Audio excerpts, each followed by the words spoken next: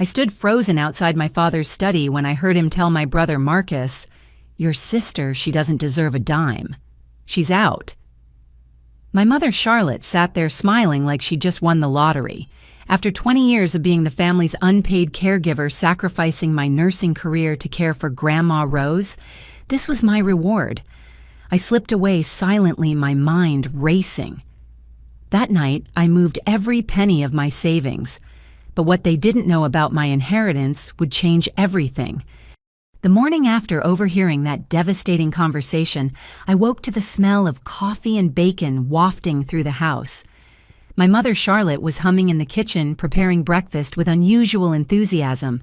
She rarely cooked anymore, preferring to order from the country club or have me prepare meals. The formal china was out, the good silverware gleaming on perfectly pressed linen napkins.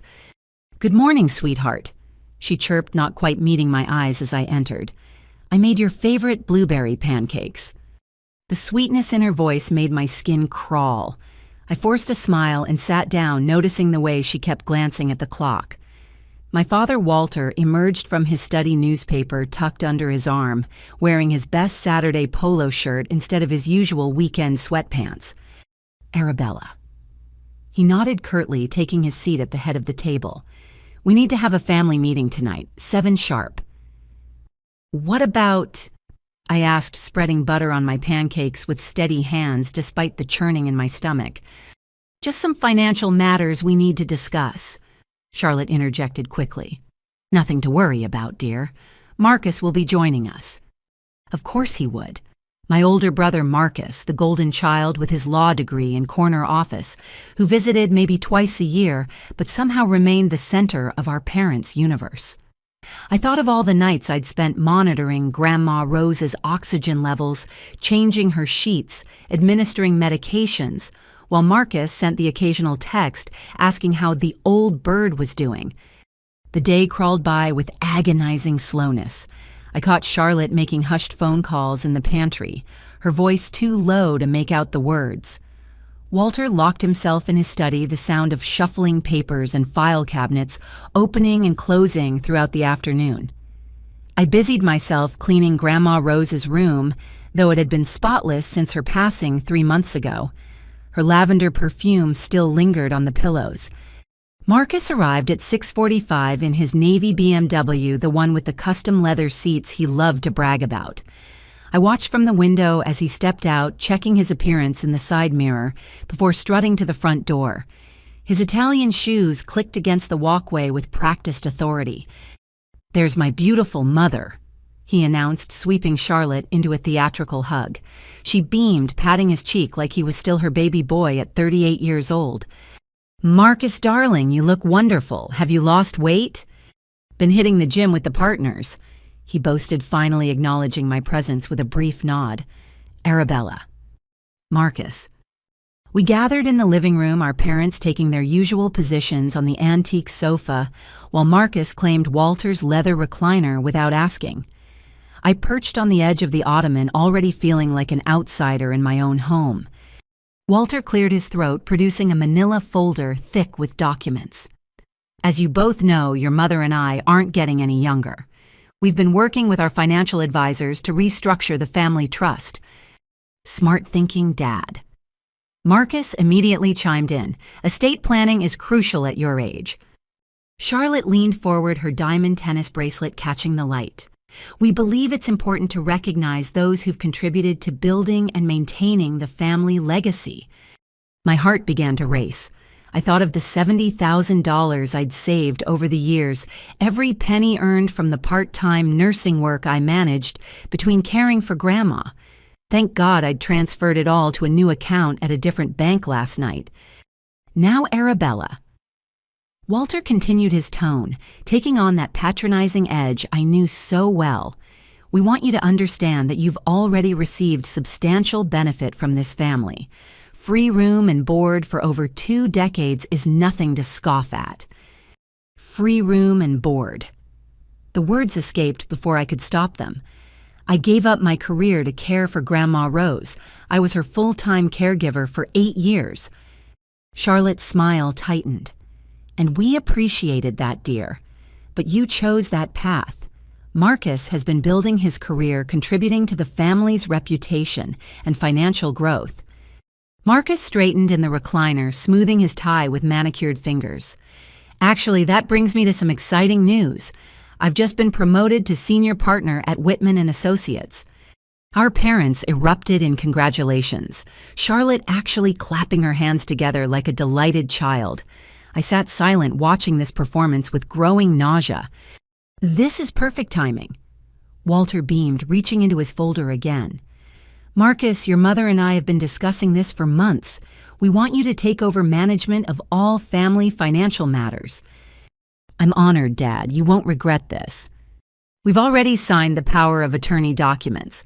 Charlotte added, her eyes sliding over me as if I were a piece of furniture. Marcus will handle all the trust distributions, investments, and estate planning going forward. The room spun slightly. They'd already signed everything. This wasn't a family meeting. It was a notification of my disinheritance. What about Grandma Rose's estate?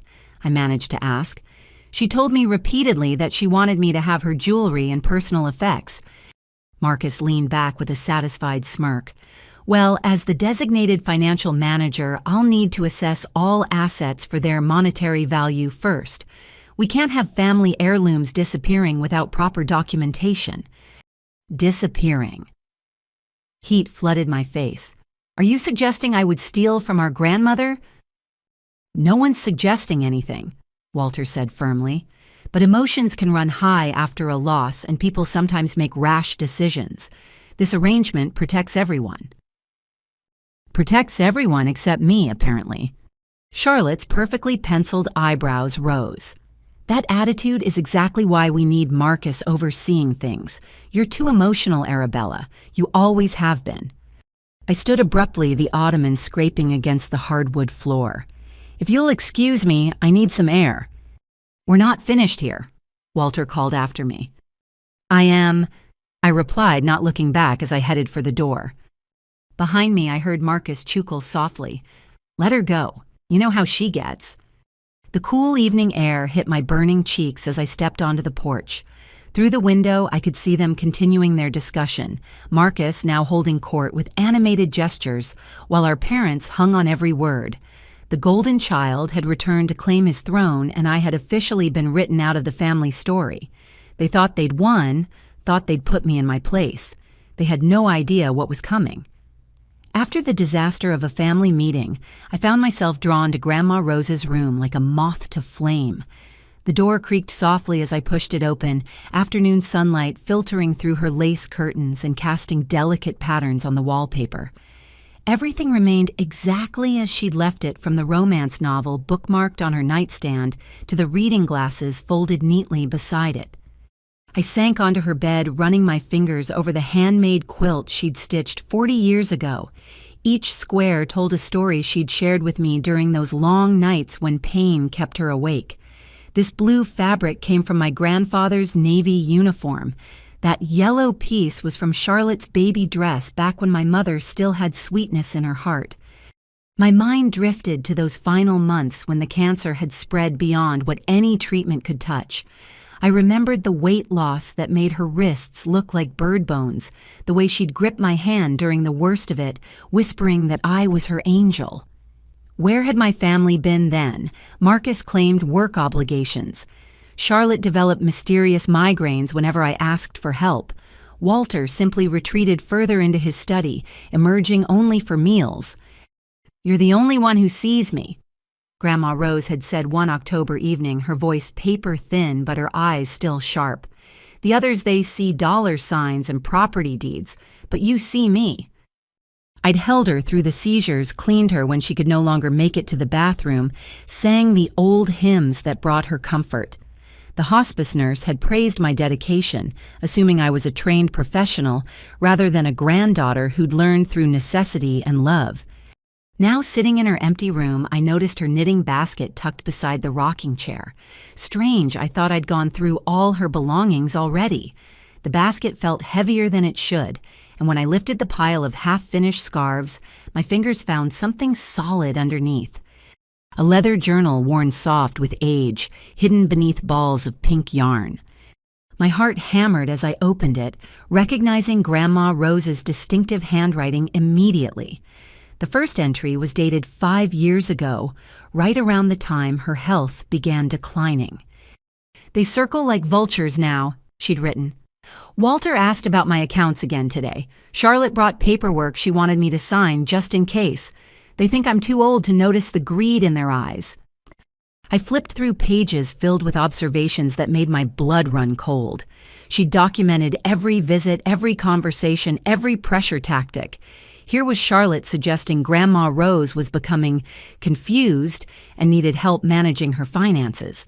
There was Walter mentioning how complicated estate taxes could be if proper arrangements weren't made in advance. One entry from 3 years ago made me gasp. "Marcus visited today. First time in 6 months. Spent the entire hour explaining why I should liquidate my old investments and let him handle everything through his firm. When I refused, he actually raised his voice. Arabella heard from the kitchen and came running. The boy backed down quick enough when she appeared. My guardian angel always watching over me."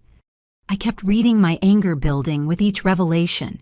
They'd tried to convince her to sign a new will. They'd brought lawyers to the house while I was at my part-time job. They'd even attempted to have her declared incompetent, but the doctor they'd hired took one look at Grandma Rose doing the Sunday crossword puzzle in pen and declared her sharp as a tack. Then near the middle of the journal, I found an entry that stopped me cold. "Had to tell someone even if it's just this diary. The children don't know about Harold's stocks. He bought them in 1965, 200 shares of AT&T, when it was just starting to grow. I've been receiving dividends for 40 years, all going into a separate account at Prosperity Credit Union across town. Walter thinks he knows all my finances, but he only sees what I want him to see. My grandfather Harold had died before I was born, but Grandma Rose had kept his photograph on her dresser, talking to it sometimes when she thought she was alone. He'd been an electrician with the phone company she'd told me, a union man who believed in investing in what he knew. I calculated quickly. 200 shares of AT&T from 1965 with all the splits and dividends over the decades. My hands shook as I continued reading. "Went to see Eleanor's grave today." Another entry read, "I promised her I'd protect what's mine from those who would steal it. She knew what they were capable of, tried to warn me before she died. Sweet Eleanor gone too soon. The police said it was an accident, but she was the most careful driver I knew. And then Walter handled all her affairs so quickly, so efficiently. I've kept my suspicions quiet all these years, but I haven't forgotten. Eleanor, Grandma Rose's younger sister who died in a car accident 25 years ago. I barely remembered her, just fragments of a woman who smelled like cinnamon and always had butterscotch candies in her purse. She'd been wealthy. I knew that much, inheriting from her husband who'd owned several factories. The journal entries became more urgent as they approached recent dates. The pain is getting worse. Arabella tries to hide her worry, but I see it. She's been researching treatments, calling specialists, fighting for me even when I'm ready to let go. The others have already divided my things in their minds. Charlotte was eyeing my pearl necklace last week, probably planning which country club event to wear it to. Made arrangements today at Prosperity. Sarah at the bank helped me set everything up properly. 20 years she's been keeping my secrets. Good woman, trustworthy. She has instructions for after I'm gone. The final entry was dated just 3 days before Grandma Rose passed. My time is close now. I can feel it in my bones, see it in the shadows that dance at the edge of my vision. I've done what I can to protect what Harold and Eleanor left behind. The vultures will circle, but they won't find what they're looking for. Only Arabella will understand. She's the only one who earned it, not through greed or manipulation, but through love. The safety deposit box holds the answer. Box 517. She'll know when it's time. I closed the journal, my mind reeling. All these years, Grandma Rose had been playing a deeper game than any of us realized.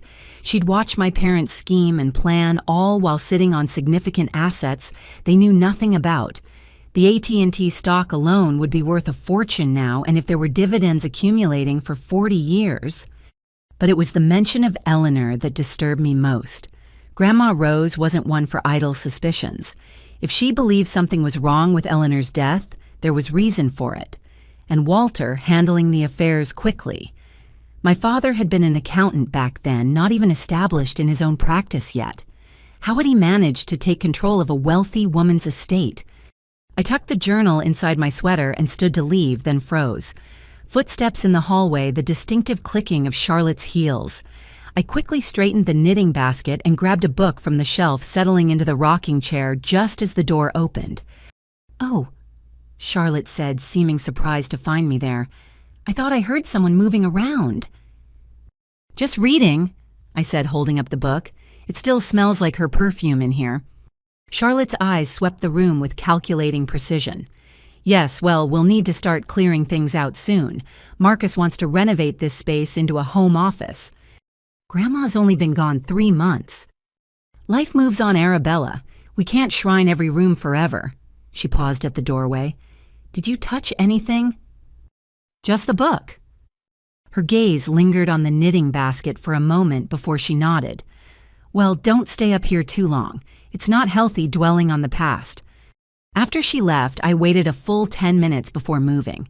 Then I gathered the journal and slipped out of the room, my mind already racing ahead. Prosperity Credit Union. Sarah. Box 517. Grandma Rose had left me a trail to follow, and I was going to follow it to the end. As I passed Walter's study, I heard him on the phone. No, the old woman didn't have any significant assets beyond the house and her savings account. I've been managing her finances for years. I would know.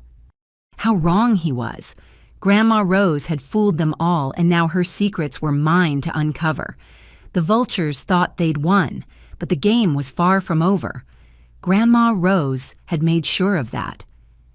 3 days after discovering Grandma Rose's journal, I was sorting through bills at the kitchen table when the doorbell rang. Charlotte was at her weekly bridge club, and Walter had left for his office early. I welcomed the solitude, using it to research Prosperity Credit Union and plan my next move.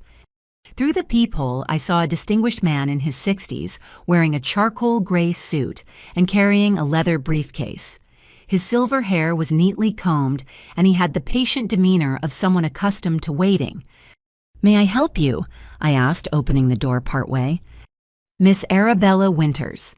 He smiled kindly, producing a business card. "My name is James Morrison, attorney at law. I'm here regarding your grandmother Rose Winters' estate." My pulse quickened. "I think there's been a misunderstanding. My brother Marcus handles all family financial matters now." "No misunderstanding," he assured me, glancing around the porch. "I specifically need to speak with you, privately, if possible." "My parents aren't home right now." "That would be ideal, actually. May I come in?" Something in his manner reminded me of Grandma Rose's description of trustworthy people. I stepped aside, leading him to the formal dining room, where we'd be able to see anyone approaching the house. James Morrison settled into a chair with practiced ease, placing his briefcase on the table. "First, let me offer my condolences on your grandmother's passing. She spoke of you often and with great affection." "You knew her?" "For 22 years, he confirmed. Though our professional relationship was kept strictly confidential as per her explicit instructions. "I don't understand. My father Walter handled all of Grandma's legal affairs." Morrison's expression grew carefully neutral. "Your father handled what your grandmother allowed him to see. She maintained separate legal representation for other matters." He opened his briefcase, withdrawing several folders and a manila envelope. "Your grandmother was a remarkably astute woman. She came to me in 2002, shortly after her sister Eleanor's death, seeking discreet estate planning services." Eleanor again. I leaned forward, my hands clasped tightly in my lap. "What kind of estate planning?" "The kind designed to protect assets from those who might seek to appropriate them through undue influence or coercion." He opened the first folder. "Are you familiar with the concept of a revocable living trust?" "Somewhat. I took a few business courses before I left college to care for Grandma. Your grandmother established multiple trusts over the years, each with very specific distribution instructions. She also maintained several investment accounts and properties that were never disclosed to your father or his financial oversight. My mouth went dry. Properties. Morrison pulled out a photograph of a modern commercial building, all glass and steel, against the Seattle skyline. Are you familiar with the Cascade Technology Center on 4th Avenue? That's where Microsoft has regional offices. Among other tech companies, yes. Your grandmother purchased this building in 1995 using inheritance funds from her sister Eleanor. She established a limited liability company called ERW Holdings, Eleanor Rose, Winters Holdings, to manage the property. I stared at the photograph, trying to reconcile this information with the grandmother who darned socks and clipped grocery coupons. She owned this through the LLC, yes. The building has been fully leased for 20 years. Current rental income is approximately $40,000 per month. $40,000 per month. I gripped the edge of the table to steady myself. Your grandmother was very specific about succession. Morrison continued sliding a document across to me. 3 days before her death, she executed a transfer of ownership document moving all shares of ERW Holdings into your name. Why 3 days before? Why not just put it in her will? Morrison's smile was knowing. Because wills can be contested. Wills go through probate. Wills become public record. Your grandmother understood that certain family members might create complications. He was being diplomatic, but I heard the warning clearly. You mean my parents and Marcus? I mean that your grandmother took extensive precautions to ensure her true wishes were honored. He pulled out another document. This is particularly important. Are you familiar with patent law? Not really. Your grandfather Harold was more than just an electrician. He held 3 patents for telecommunications equipment improvements filed in the late 60s and early 70s. These patents were ahead of their time, and as the technology caught up, they became quite valuable. The patents themselves have expired, but the royalties from licensing agreements during their active period were substantial. My parents never mentioned any patents, because they never knew. Your grandmother kept this income separate, managed through a different attorney before me. The accumulated royalties with interest and careful investment currently sit in a trust account worth approximately $8 million. The room tilted. I pressed my palms flat against the table, forcing myself to breathe evenly. $8 million. Your grandmother lived modestly by choice, not necessity. She watched your parents very carefully, especially after Eleanor's death. She knew what they valued and what they were capable of doing to get it. Speaking of Eleanor, I said carefully, Grandma Rose's journal mentioned suspicions about her death. Morrison's expression darkened. Your grandmother hired a private investigator in 2001. The official cause of death was brake failure leading to a collision. The investigator found irregularities in the brake line damage inconsistent with normal wear or failure. She thought Eleanor was murdered. She suspected it, but could never prove it.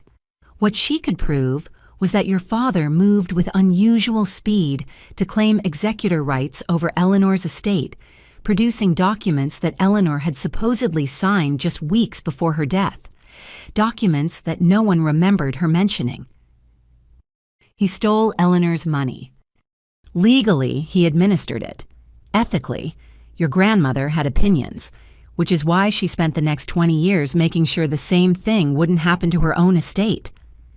Morrison pulled out the manila envelope, sliding it across to me. Your grandmother wanted you to have this personally. Inside was a single sheet of paper in Grandma Rose's handwriting. My dearest Arabella, if you're reading this, then Mr. Morrison has found you and the truth is finally coming to light. I'm sorry for the deception, but it was necessary. Your parents and brother showed me long ago that their love had a price tag attached. Only you loved me for me. The money and property are yours legally and morally. I earned them, Eleanor contributed to them, and Harold would have wanted his granddaughter to benefit from his hard work. But more than the material wealth, I leave you the truth. Use it wisely. The vultures will circle when they realize what they've lost. They'll rage and threaten and try every trick to steal what's yours. Don't let them. You're stronger than you know, smarter than they believe, and you have something they'll never understand: integrity. There's more to discover. Box 517 at Prosperity Credit Union holds additional surprises. Sarah Chen will help you. She's been waiting for you. All my love, Grandma Rose. Tears blurred my vision as I finished reading. Even from beyond the grave, she was protecting me, guiding me, showing me a path forward. What should I do now? I asked Morrison. First, we need to secure all documentation. I have copies in my office safe, but you should have your own set. Second, we need to formally register the ownership transfers with the appropriate agencies. Third, and this is crucial, tell no one about this until everything is finalized. My family will find out eventually. Yes, but by then it will be legally ironclad. Your grandmother spent 20 years building these protections. Don't let emotion or family pressure undo her careful work. A car door slammed outside. Morrison quickly gathered his papers, leaving me only the essential documents and his business card. Call me tomorrow. We'll set up a proper meeting at my office to review everything in detail. Someone's coming, I said, recognizing the sound of Walter's BMW. I'll show myself out the back, Morrison said smoothly. Remember, not a word to anyone. He disappeared through the kitchen just as Walter's key turned in the front lock. I slipped the documents into a magazine, my heart pounding as my father entered. Arabella, whose car is in the driveway. Someone looking for the Hendersons next door? I lied smoothly. They had the wrong address. Walter grunted, already heading for his study. Make sure the door's locked. We don't need solicitors bothering us. If only he knew who had really been here and what had just been set in motion. I clutched the magazine, hiding my inheritance documents, a small smile playing at my lips. Grandma Rose's chess game was entering its final moves, and I was no longer a pawn, but a queen, ready to claim the board. The next morning brought an unseasonably warm day for Seattle in March, the kind that tricks cherry blossoms into early blooming. I was preparing to leave for my meeting with Morrison when Marcus cornered me in the garage. He must have been waiting hidden behind Walter's tool cabinet because I didn't see him until his hand landed heavily on my shoulder.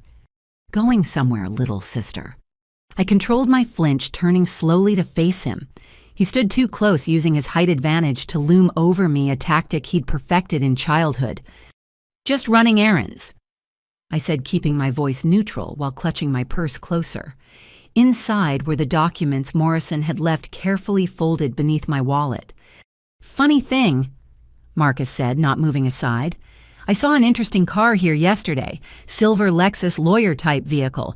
Dad said someone was looking for the Hendersons, but Mrs. Henderson told me they haven't had any visitors all week. Maybe they missed them. Maybe. His smile reminded me of a shark circling prey.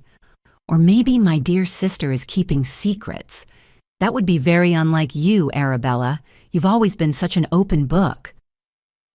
I need to go, Marcus. I have a prescription to pick up for my migraines. Still getting those. He stepped aside but followed me to my car. You know, stress can trigger migraines, financial stress especially. Good thing you don't have to worry about managing any complicated money matters. That's what Big Brother is here for. I forced myself to remain calm as I got into my Honda, acutely aware of how shabby it looked beside his BMW. Marcus leaned down to my window level, his cologne overwhelming in the confined space. By the way, he said casually, I've been updating our home security system. Amazing what modern technology can do. Cameras everywhere now recording everything. For safety, of course. Of course. Even put some in the common areas inside. Living room, kitchen, hallways. You can never be too careful these days. He tapped my window frame. Drive safe, sis. I managed to wait until I turned the corner before my hands started shaking. Cameras. He'd been recording inside the house. My mind raced back over the past weeks. What had he seen? What had he heard? Instead of driving to Morrison's office, I took a circuitous route through downtown, checking my mirrors constantly. Was that silver sedan following me?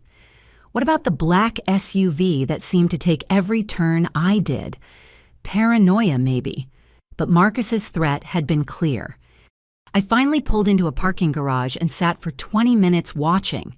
When no familiar cars appeared, I made my way to Morrison's building, taking the stairs instead of the elevator and entering through the side door.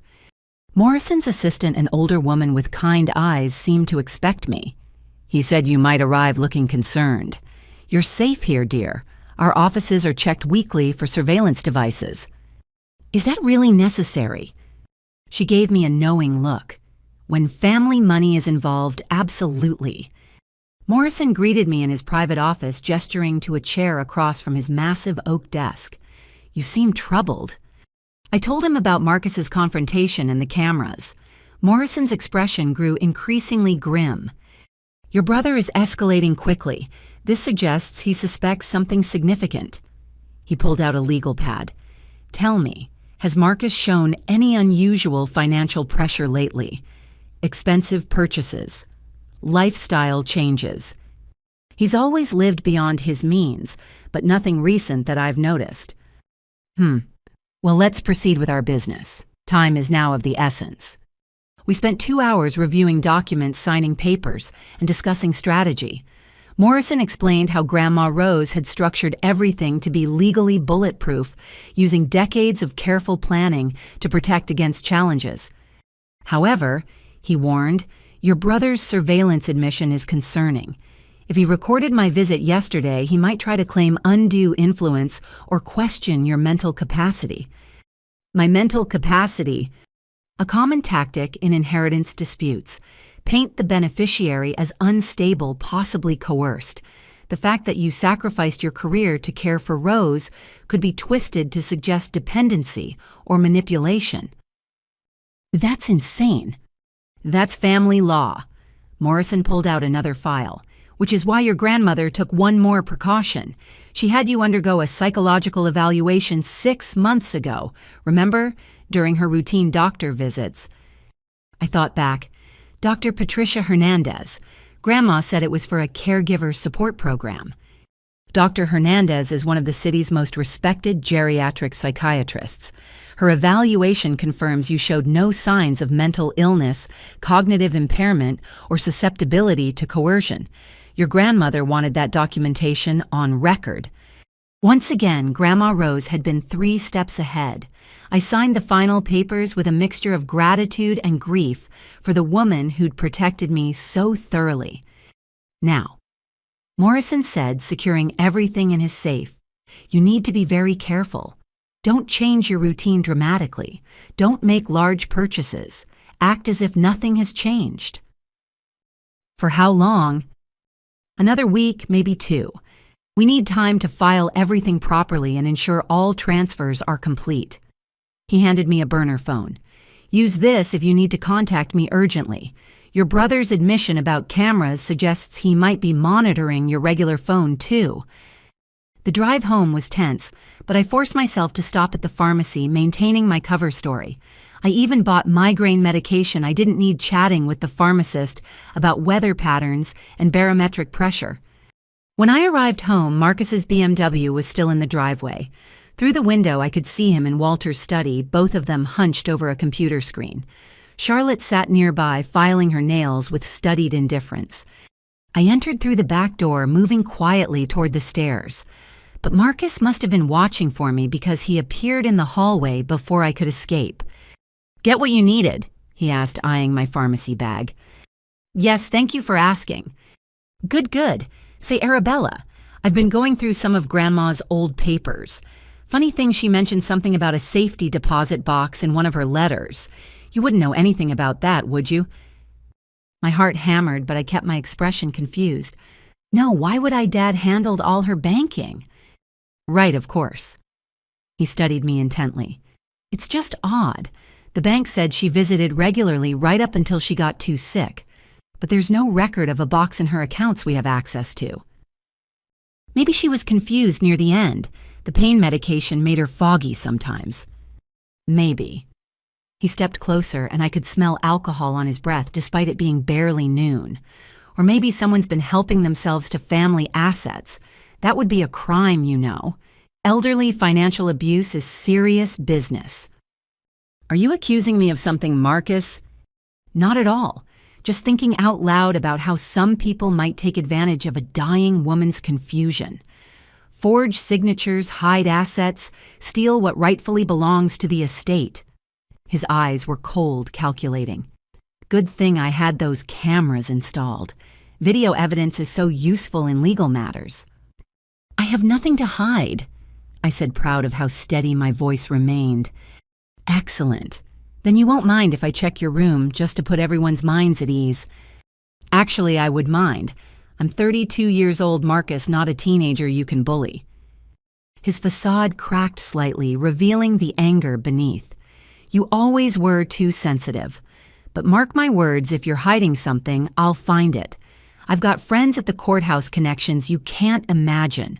One word from me and they'll freeze any account, investigate any transaction. Are you finished? I'd like to lie down. My migraine is getting worse. He stepped aside with exaggerated courtesy. Of course. Rest up, little sister. We have such interesting times ahead. I maintained my composure up the stairs and down the hall, but once in my room, I collapsed on the bed. The game was escalating faster than Morrison had predicted. Marcus wasn't just suspicious, he was actively hunting. Those cameras, his threats about courthouse connections, the way he'd specifically mentioned forged signatures and hidden assets. He knew something, but how much? I thought about the safety deposit box waiting at Prosperity Credit Union, Box 517. Grandma Rose had written, Sarah Chen would help me. But with Marcus watching my every move, how could I get there without leading him straight to whatever Grandma had hidden? My phone buzzed. A text from an unknown number. Saw your brother at courthouse this morning, asking questions about deceased estate protocols. Be careful. JM. Morrison was warning me. Marcus wasn't bluffing about his connections. I deleted the text immediately, then lay back staring at the ceiling. Somewhere in this house, cameras were recording. My brother was building a case against me for crimes I hadn't committed while hiding crimes of his own. But I had Grandma Rose's journal. I had Morrison's legal protection. And most importantly, I had the truth. Marcus thought he was the smart one, the successful one, the one who deserved everything. He was about to learn that the quiet sister he'd dismissed for years had been taught by a master strategist. The battle for Grandma Rose's legacy was truly beginning, and I was ready to fight. The house felt different now that I knew about the cameras. Every movement became a performance, every word carefully considered. I spent the next 2 days maintaining my routine, preparing meals, cleaning, tending to the garden Grandma Rose had loved. Let Marcus record the dutiful daughter going about her mundane life, while I planned my next moves. On the third night, I waited until the house settled into sleep. Walter's snores echoed from the master bedroom, and Charlotte had taken her nightly Ambien. Marcus had left earlier, claiming a late meeting with clients. I'd watched his taillights disappear before beginning my real work. Grandma Rose's room remained untouched since my last visit, moonlight streaming through the lace curtains. But tonight I wasn't here for sentiment. I was here for evidence. During our years together, Grandma had developed what she called her filing system, though it looked more like controlled chaos to anyone else. Important papers tucked inside book covers, receipts in jewelry boxes, documents hidden in places only someone who truly knew her would think to look. I started with her collection of Reader's Digest magazines dating back decades. She'd always insisted on keeping them, claiming they'd be valuable someday. Now I understood. Slipped between the pages of a 1998 issue, I found bank statements from an account I'd never seen before. The statements showed regular deposits throughout the 90s and early 2000s, dividend payments just as her journal had mentioned. But what caught my attention were the withdrawals, large sums transferred to estate of Eleanor Matthews, with Walter's signature as executor. I photographed everything with my phone, then checked the next hiding spot inside the lining of her sewing basket. Here were more documents originals of Grandma's will from 15 years ago. Her power of attorney forms her medical directives. I'd seen versions of these in Walter's files, but comparing them side by side revealed subtle differences. The signatures were close, but not identical. Someone had practiced Grandma Rose's handwriting extensively, yet under magnification. Through her reading glass, the forgeries revealed themselves. The pressure points were wrong, the loops in her R's not quite right, the slant of her writing too uniform. My hands trembled as I photographed these too. Walter hadn't just managed Grandma's finances, he'd been systematically forging documents to grant himself greater control. A floorboard creaked in the hallway. I froze, listening intently, but no other sounds followed. Just the old house settling, I told myself, though my heart continued racing. The final hiding place was inside Grandma's music box, a delicate thing that played Claire de Lune when opened. Beneath the velvet lining, I found what made my blood run cold, a notarized letter dated 5 years ago. To whom it may concern, I, Rose Eleanor Winters, being of sound mind and body, hereby declare that any attempts to contest my final will and testament, or to pressure my designated beneficiary, Arabella Marie Winters, will trigger the activation of my secondary estate plan. This plan, filed with Morrison & Associates, will redirect all contested assets to the following charitable organizations. A list of charities followed, then the key paragraph. This letter serves as notice that I have documented all attempts at financial coercion, undue influence, and potential elder abuse. These documents are secured in multiple locations. Any family member who challenges my express wishes will find themselves subject to legal investigation for their past actions regarding both my estate and that of my late sister, Eleanor Matthews. It was signed, notarized, and witnessed by 3 people, including Sarah Chen from Prosperity Credit Union. Grandma Rose hadn't just protected her assets, she'd set a trap for anyone who tried to steal them. I was so absorbed in reading that I almost missed the soft footsteps on the stairs, not the measured tread of my parents or the confident stride of Marcus. These were attempting stealth and failing. Quickly, I returned everything to its hiding place and grabbed a book curling into Grandma's chair just as Charlotte appeared in the doorway. She wore her silk robe, but her hair and makeup were still perfectly arranged. No one woke from Ambien looking that put together. "Couldn't sleep?" she asked, her voice honeyed with false concern. "Just missing Grandma," I replied, holding up the book. "Reading helps." Charlotte glided into the room, her fingers trailing over surfaces, as if checking for dust. "You've been spending a lot of time up here. It's not healthy, dwelling on the past. Sometimes the past has lessons for the present." Her eyes sharpened. "What's that supposed to mean?" "Nothing, just something Grandma used to say. Your grandmother said a lot of things near the end. The pain medication, you know, made her paranoid. She kept talking about people stealing from her, hiding things from her. Poor thing didn't even recognize Marcus the last time he visited. That was a lie. Grandma's mind had remained crystal clear until her final day, but I simply nodded, playing along. Charlotte picked up the music box, winding the key. The melody tinkled through the room, ethereal and sad. "She promised me this when I got married, said it would be mine someday." "She left it to me," I said quietly. "She wrote it down. Written where I've seen the will Walter filed, there's no mention of personal items. Because Walter filed a forged version, I thought, but didn't say. Maybe in her personal notes. She kept lists of who should get what. Lists that conveniently only you saw." Charlotte set the music box down harder than necessary. "You know, Arabella, I've been very patient with you. We all have. But this possessiveness over Mother's things needs to stop. It's not normal. What's not normal is planning to renovate her room when she's barely been gone 3 months." Charlotte's facade cracked, revealing the steel beneath. "This is our house, your father's and mine. You're here as a guest, and guests who overstay their welcome find themselves looking for new accommodations.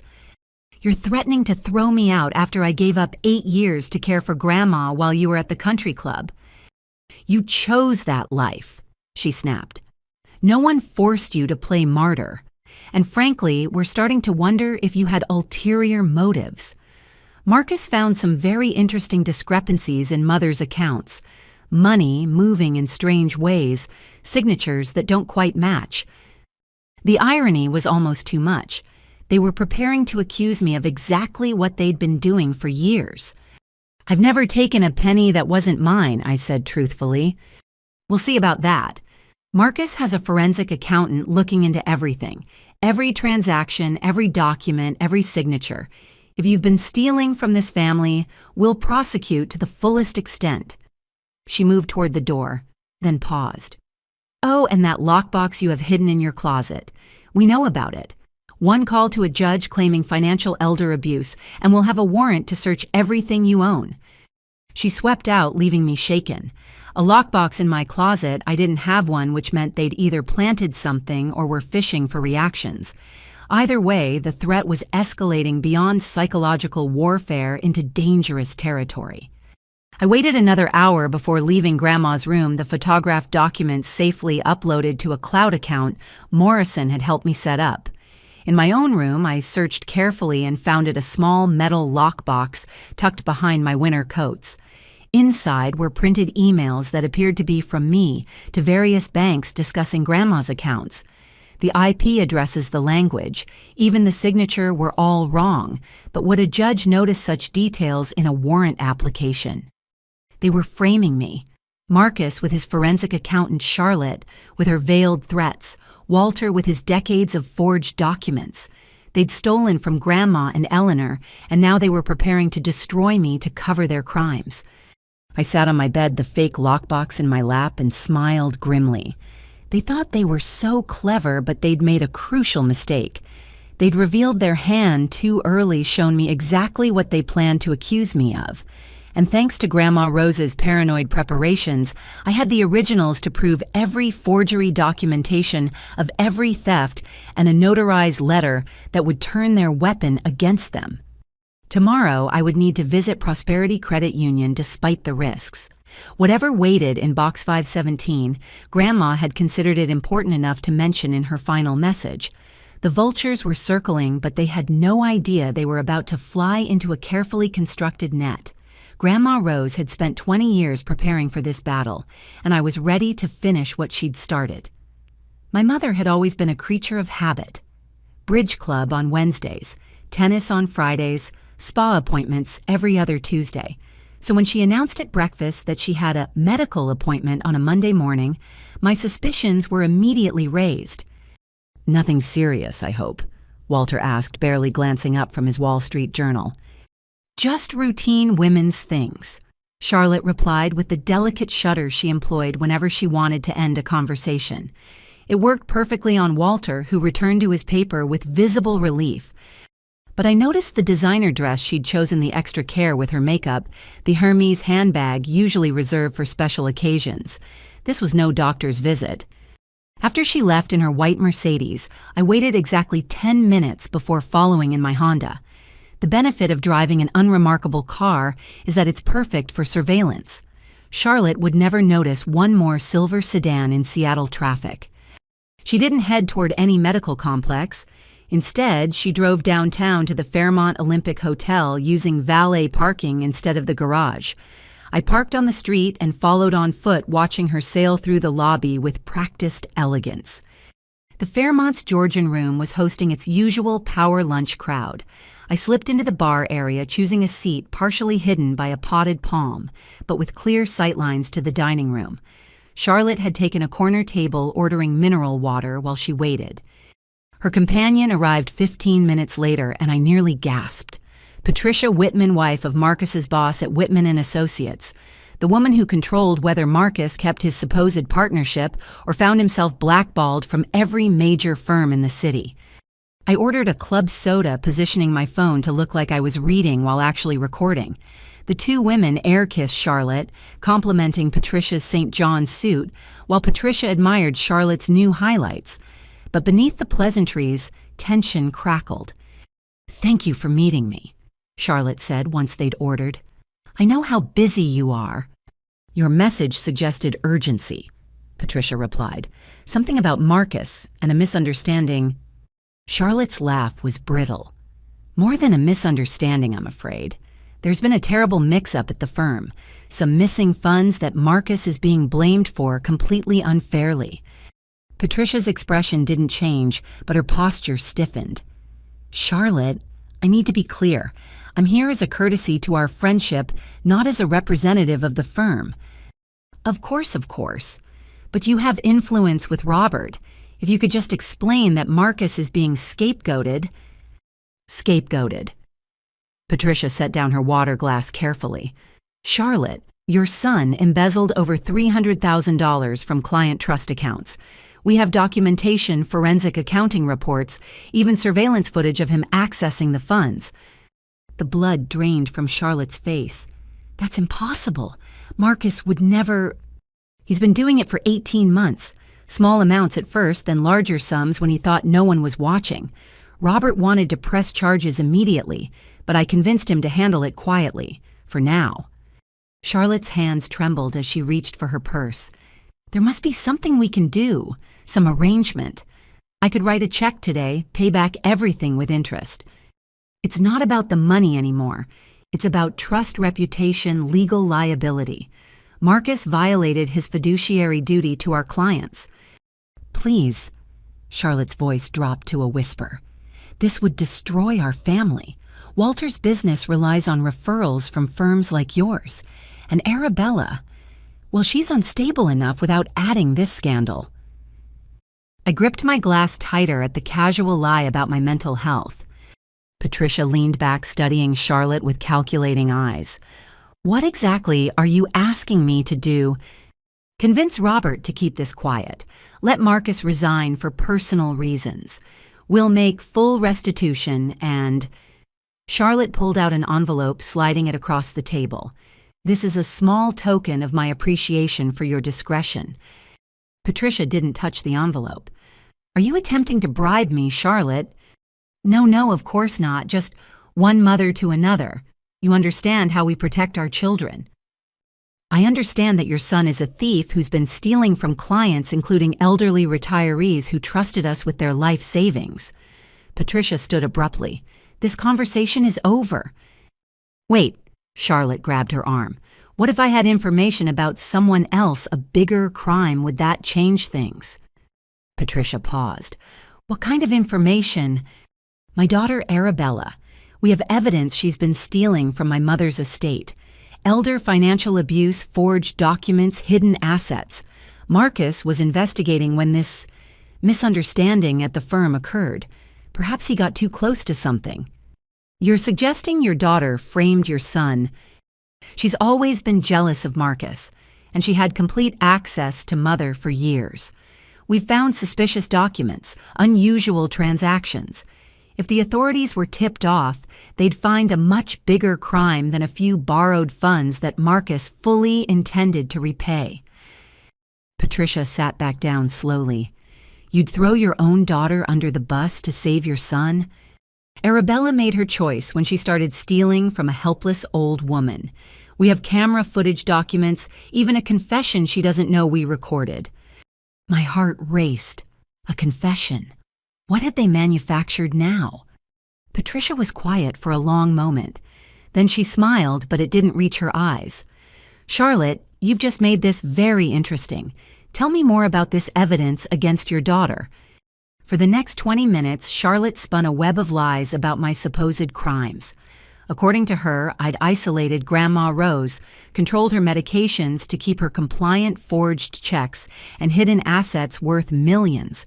The details were specific enough to be damning, creative enough to be believed. We were trying to handle it within the family, Charlotte concluded. But if it would help Marcus's situation to involve the authorities, I'll need to see this evidence, Patricia said.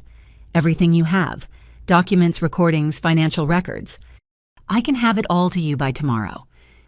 Good. And Charlotte, this conversation never happened. If anyone asks, we discussed charity work for the hospital foundation. They paid their check and prepared to leave. I was about to slip out first when Patricia turned back. One more thing, she said quietly. You mentioned camera footage. I assume you've been recording interactions with Arabella. Marcus installed a comprehensive system. We have weeks of footage showing her suspicious behavior. Excellent. Make sure those files are backed up securely. Video evidence is incredibly powerful in court. Patricia's smile was sharp. I'll be in touch. I waited until they were gone before leaving my mind racing. The FBI agent theory from Morrison's warning suddenly made more sense. Patricia's questions, her sudden interest after initially rejecting the bribe, the way she'd prompted Charlotte to provide more details. She wasn't helping Charlotte, she was gathering evidence. Outside, I sat in my car for a moment, processing what I'd learned. Marcus had embezzled $300,000. Charlotte was willing to frame me to save him. They had manufactured evidence and were prepared to destroy me completely. But they'd also revealed their entire strategy to someone who might be law enforcement. Patricia Whitman, whoever she really was now, knew about the cameras, the forged evidence, and Charlotte's attempted bribery. I drove home, carefully checking my mirrors more from habit than real concern. The game had just shifted dramatically. My family wasn't just trying to cut me out of an inheritance, they were preparing to send me to prison for crimes they'd committed. But they'd made a crucial error. In their desperation to save Marcus, they'd exposed themselves to someone who appeared to be playing a much longer game. Patricia's final comments about video evidence weren't helpful suggestions, they were prompts to get Charlotte to admit to surveillance on tape. Back home, I found Walter in his study on a conference call. Marcus's BMW was gone, but fresh cigarette butts in the garden suggested he'd been here recently. He'd quit smoking 5 years ago or so, he'd claimed. Stress was reviving old habits. I went to my room and began my own preparations. If they wanted to play with fabricated evidence, I needed to document everything. Every interaction, every threat, every lie needed to be recorded and saved. My phone buzzed, a message from the burner phone Morrison had given me. Federal investigators contacted me about your family. Say nothing without lawyer present. Major development coming. Stay safe. Federal investigators. So Patricia was FBI or working with them. Charlotte had just tried to bribe a federal agent and frame me for elder abuse in the same conversation. The irony was delicious, but the danger was real. That night, I heard urgent whispers from my parents' room. Charlotte's voice was high-panicked. Walter's responses were sharp, angry. Marcus arrived near midnight, and the three of them huddled in the study until nearly dawn. They were realizing their mistake. Patricia must have revealed something, or maybe they'd done their own research and discovered she wasn't who she appeared to be. Either way, the predators were suddenly feeling like prey. I lay in my bed staring at the ceiling thinking of Grandma Rose. She'd known this day would come, had prepared for it meticulously. "The vultures will circle," she'd written. But vultures are scavengers, not hunters. When faced with a real threat, they scatter. Tomorrow I would finally visit Box 517. Whatever additional evidence Grandma had hidden there, I needed it now more than ever. The war for her legacy was escalating into a federal investigation, and I intended to be the last one standing when the dust settled. The next morning dawned gray and drizzling, typical Seattle spring weather that matched my mood. The house felt like a powder keg ready to explode. Charlotte hadn't come down for breakfast, Walter had locked himself in his study before sunrise, and Marcus's BMW remained in the driveway, though he'd reportedly stayed up until 4 a.m. I made my usual breakfast, maintaining the routine for the cameras, then announced loudly that I was going grocery shopping. No one responded, but I felt eyes watching from behind curtains as I drove away. Prosperity Credit Union sat in an older part of town, squeezed between a Vietnamese restaurant and a vintage clothing shop. It was small, family-owned, the kind of place larger banks had been trying to buy out or crush for years. Exactly the kind of institution Grandma Rose would trust with her secrets. The interior was clean but dated with wood paneling and green carpet that had seen better decades. An elderly security guard nodded as I entered, and I counted only 3 other customers. Perfect. "May I help you?" The teller was young, early 20s, with kind eyes behind thick glasses. I need to speak with Sarah Chen about accessing a safety deposit box. Her expression shifted slightly. One moment, please. She disappeared into a back office, and a moment later, a woman in her 50s emerged. Sarah Chen had silver threading through her black hair and an air of quiet authority. Her eyes studied me carefully before she smiled. You must be Arabella. I've been expecting you. You have. Your grandmother told me you'd come eventually. She described you perfectly. Sarah gestured toward a private office. Please let's talk somewhere more comfortable. Her office was small but meticulously organized with a photo of what looked like grandchildren on her desk. She closed the door and engaged what looked like a white noise machine. Privacy, she explained. Your grandmother valued it highly. You knew her well. 23 years, Sarah confirmed. She opened her first account here in 2001 right after her sister's death. Said she needed a bank her family didn't know about. I found her journal. She mentioned you several times. Sarah's expression softened. Rose was more than a customer. She became a friend. We'd have tea sometimes when she came in, talk about our families. She was so proud of you, you know. The way you cared for her, sacrificed for her. It broke her heart that your parents couldn't see your worth. She hid it well. She hid many things well. Sarah pulled out a key. Box 517. She paid for it through 2030, insisted on it. Said you might need time to discover it existed. We walked to the vault together, passing through 2 sets of security doors. The safety deposit box area was small, private, with individual viewing rooms. Sarah used her master key along with the one from an envelope marked with my name and pulled out a large box. I'll give you privacy, she said.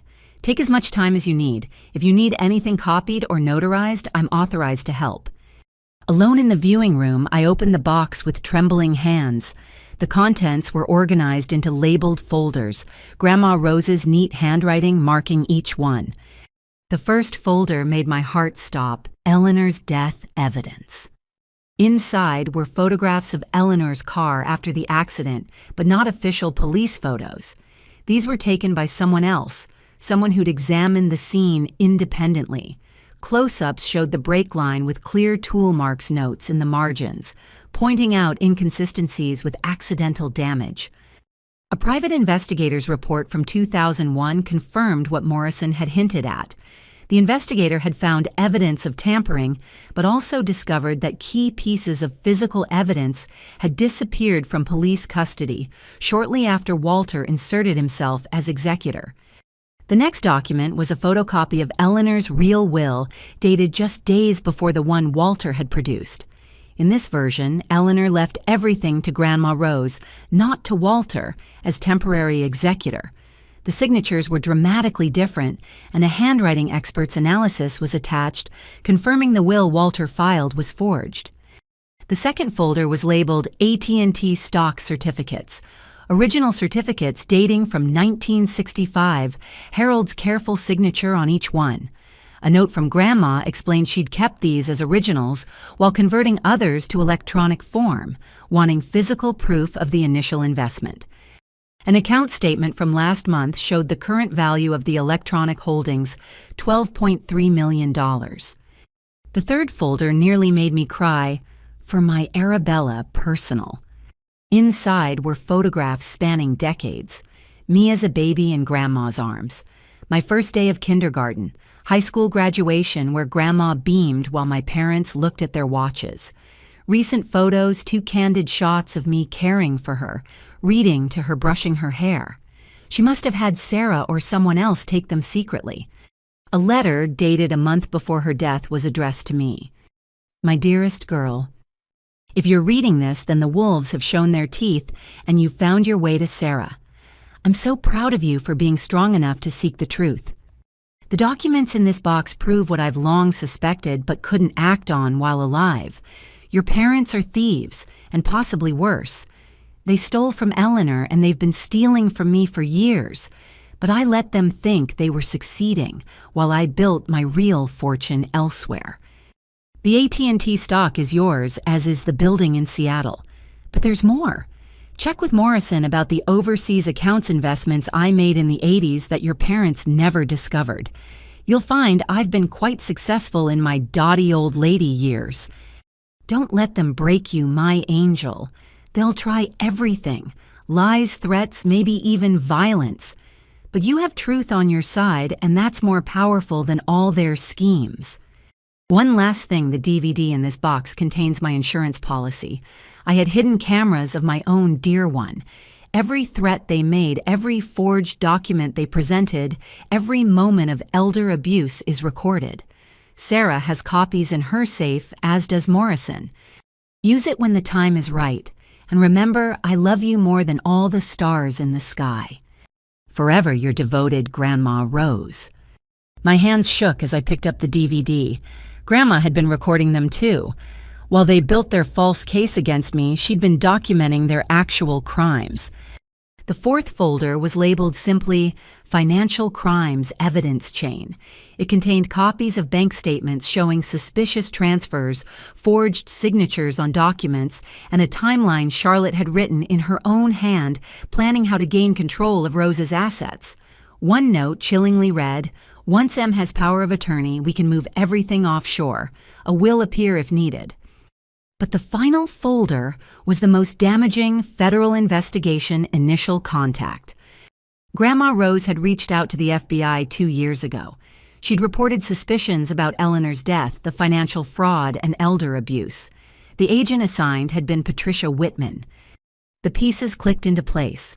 Patricia wasn't just investigating Marcus's embezzlement. She'd been building a case about Eleanor's murder and the systematic theft from Grandma Rose. Her meeting with Charlotte wasn't a chance encounter. It was part of a 2-year federal investigation that Grandma had initiated. I carefully photographed everything, then called Sarah back. "I need copies of all of this," I said, "and I need it notarized." "Of course. Your grandmother prepared me for this day." She paused. "There's something else. A package arrived last week addressed to you, care of the credit union. Rose arranged it before she passed." The package contained a laptop and external hard drives, along with a note, the digital copies of everything plus the full surveillance footage. Morrison has the passwords. I spent 3 hours at the credit union copying, notarizing, and organizing evidence. Sarah helped with quiet efficiency, occasionally sharing memories of Grandma Rose that made us both tear up. "She knew this day would come," Sarah said as we finished. "She told me once that she was playing a long game, that justice for Eleanor might take decades, but it would come." Why didn't she act sooner?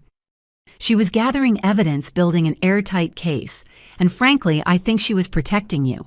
While she lived, they needed her alive for her signatures. Once she was gone, Sarah shrugged meaningfully.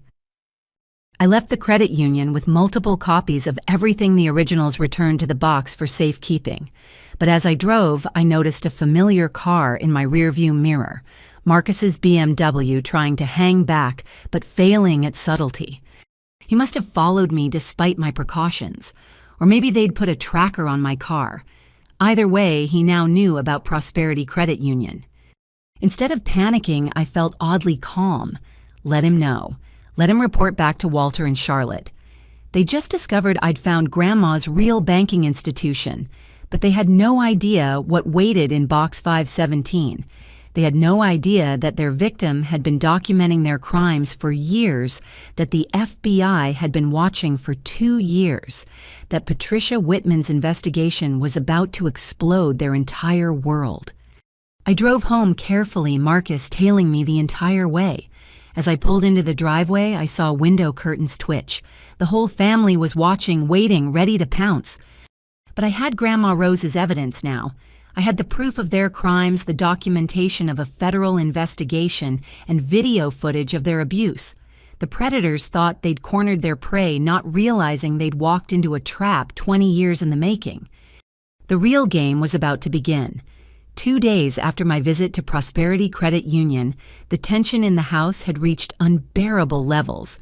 Marcus had moved back home, temporarily taking over the guest room and prowling the halls at all hours. Walter emerged from his study only for hushed conferences with Charlotte, their voices sharp with panic whenever they thought I couldn't hear. They knew I'd discovered something at the credit union, but not what. I maintained my routine cooking and cleaning as if nothing had changed, but underneath the calm exterior, I was coordinating with Morrison, preparing for whatever assault my family was planning.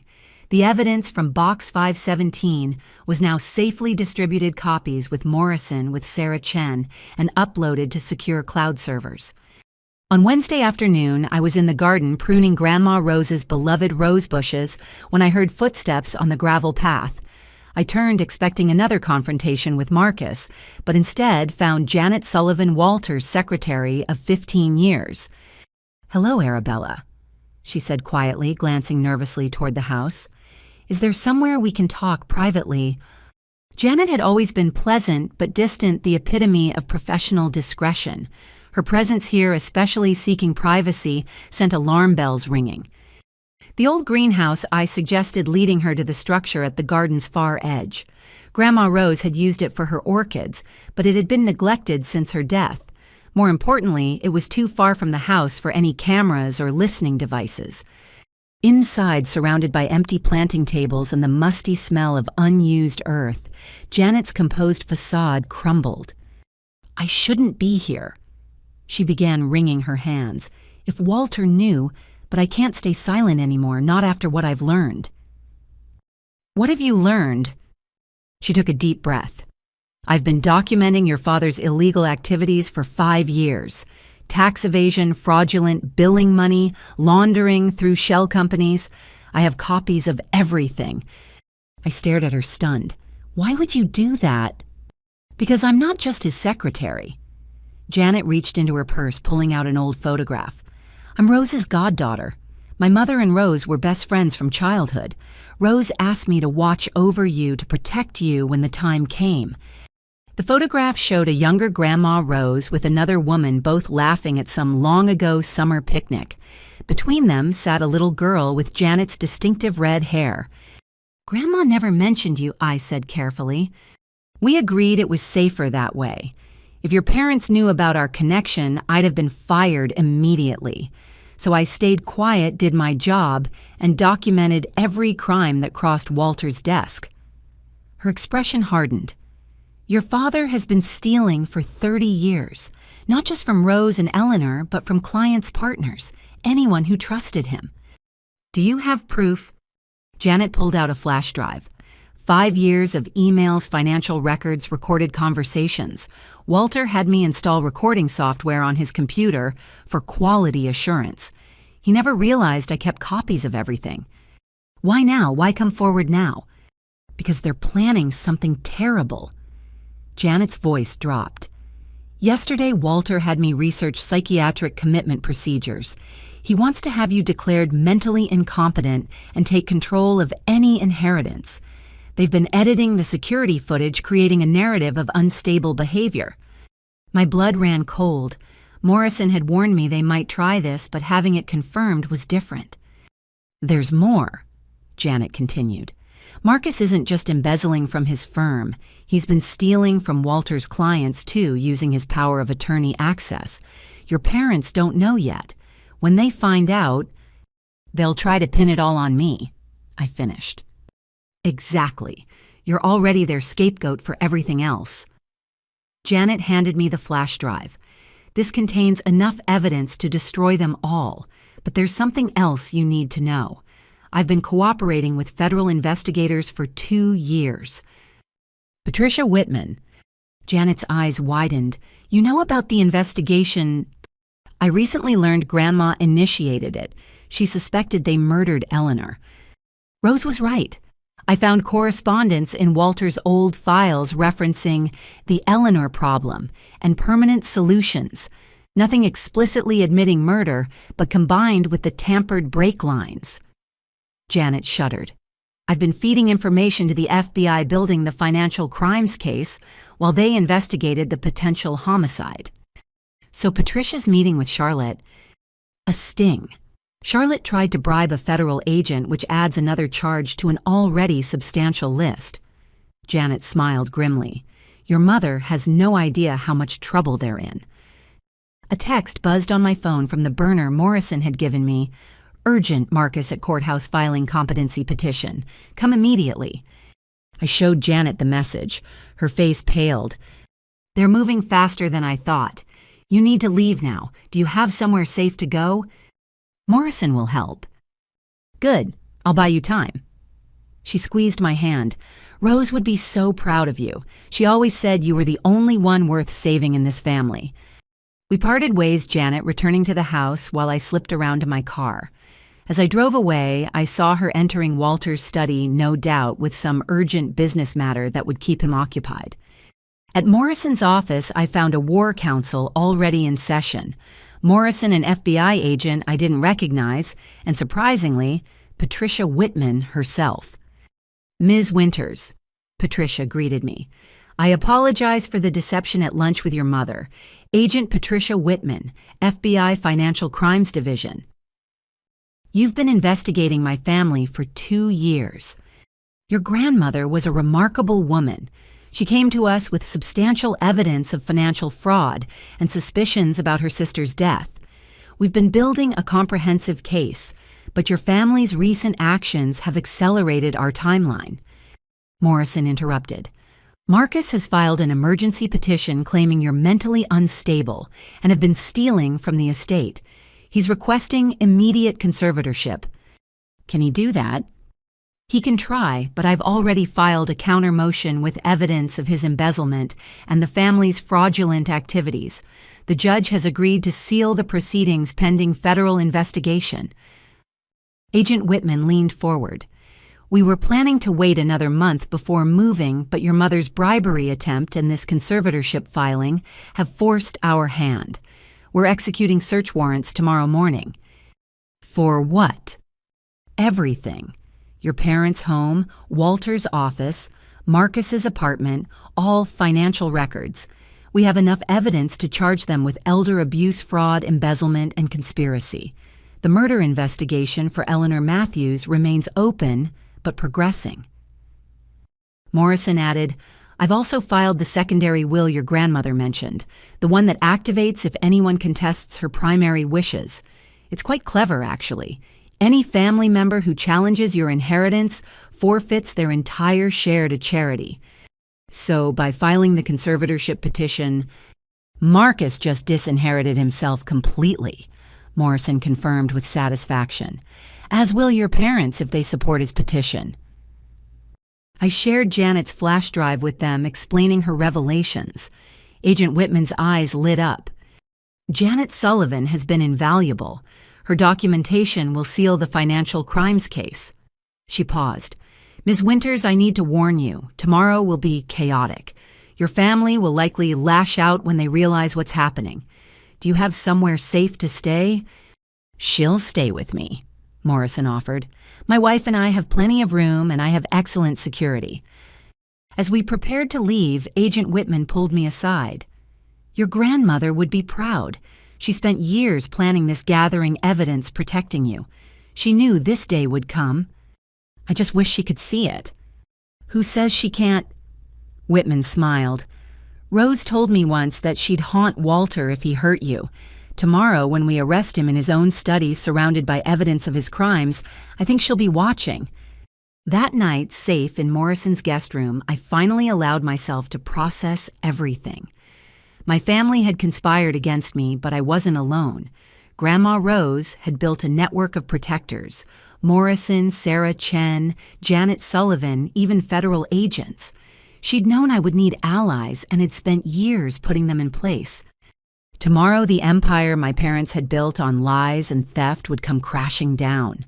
The little sister they'd dismissed, the daughter they'd tried to disinherit, would be the only one left standing when the dust settled.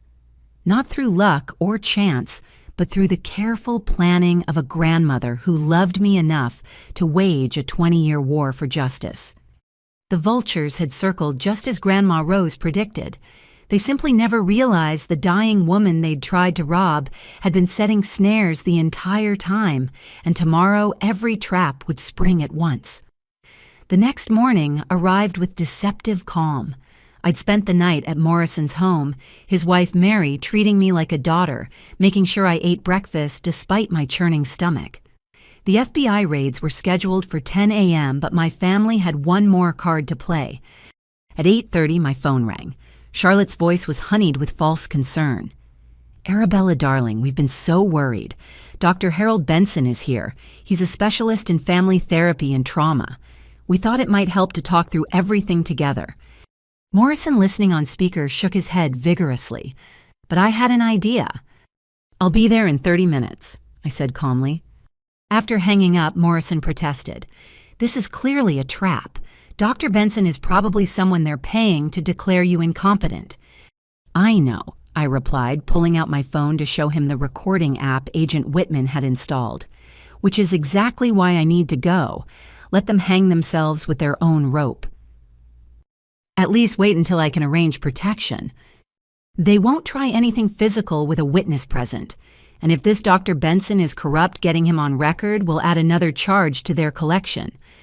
Morrison reluctantly agreed, but insisted on following in his own car. He also called Agent Whitman to alert her to the situation. I arrived home to find an unfamiliar Lincoln Town car in the driveway. Professional expensive meant to convey authority. Inside, my family had arranged themselves in the living room like a tribunal.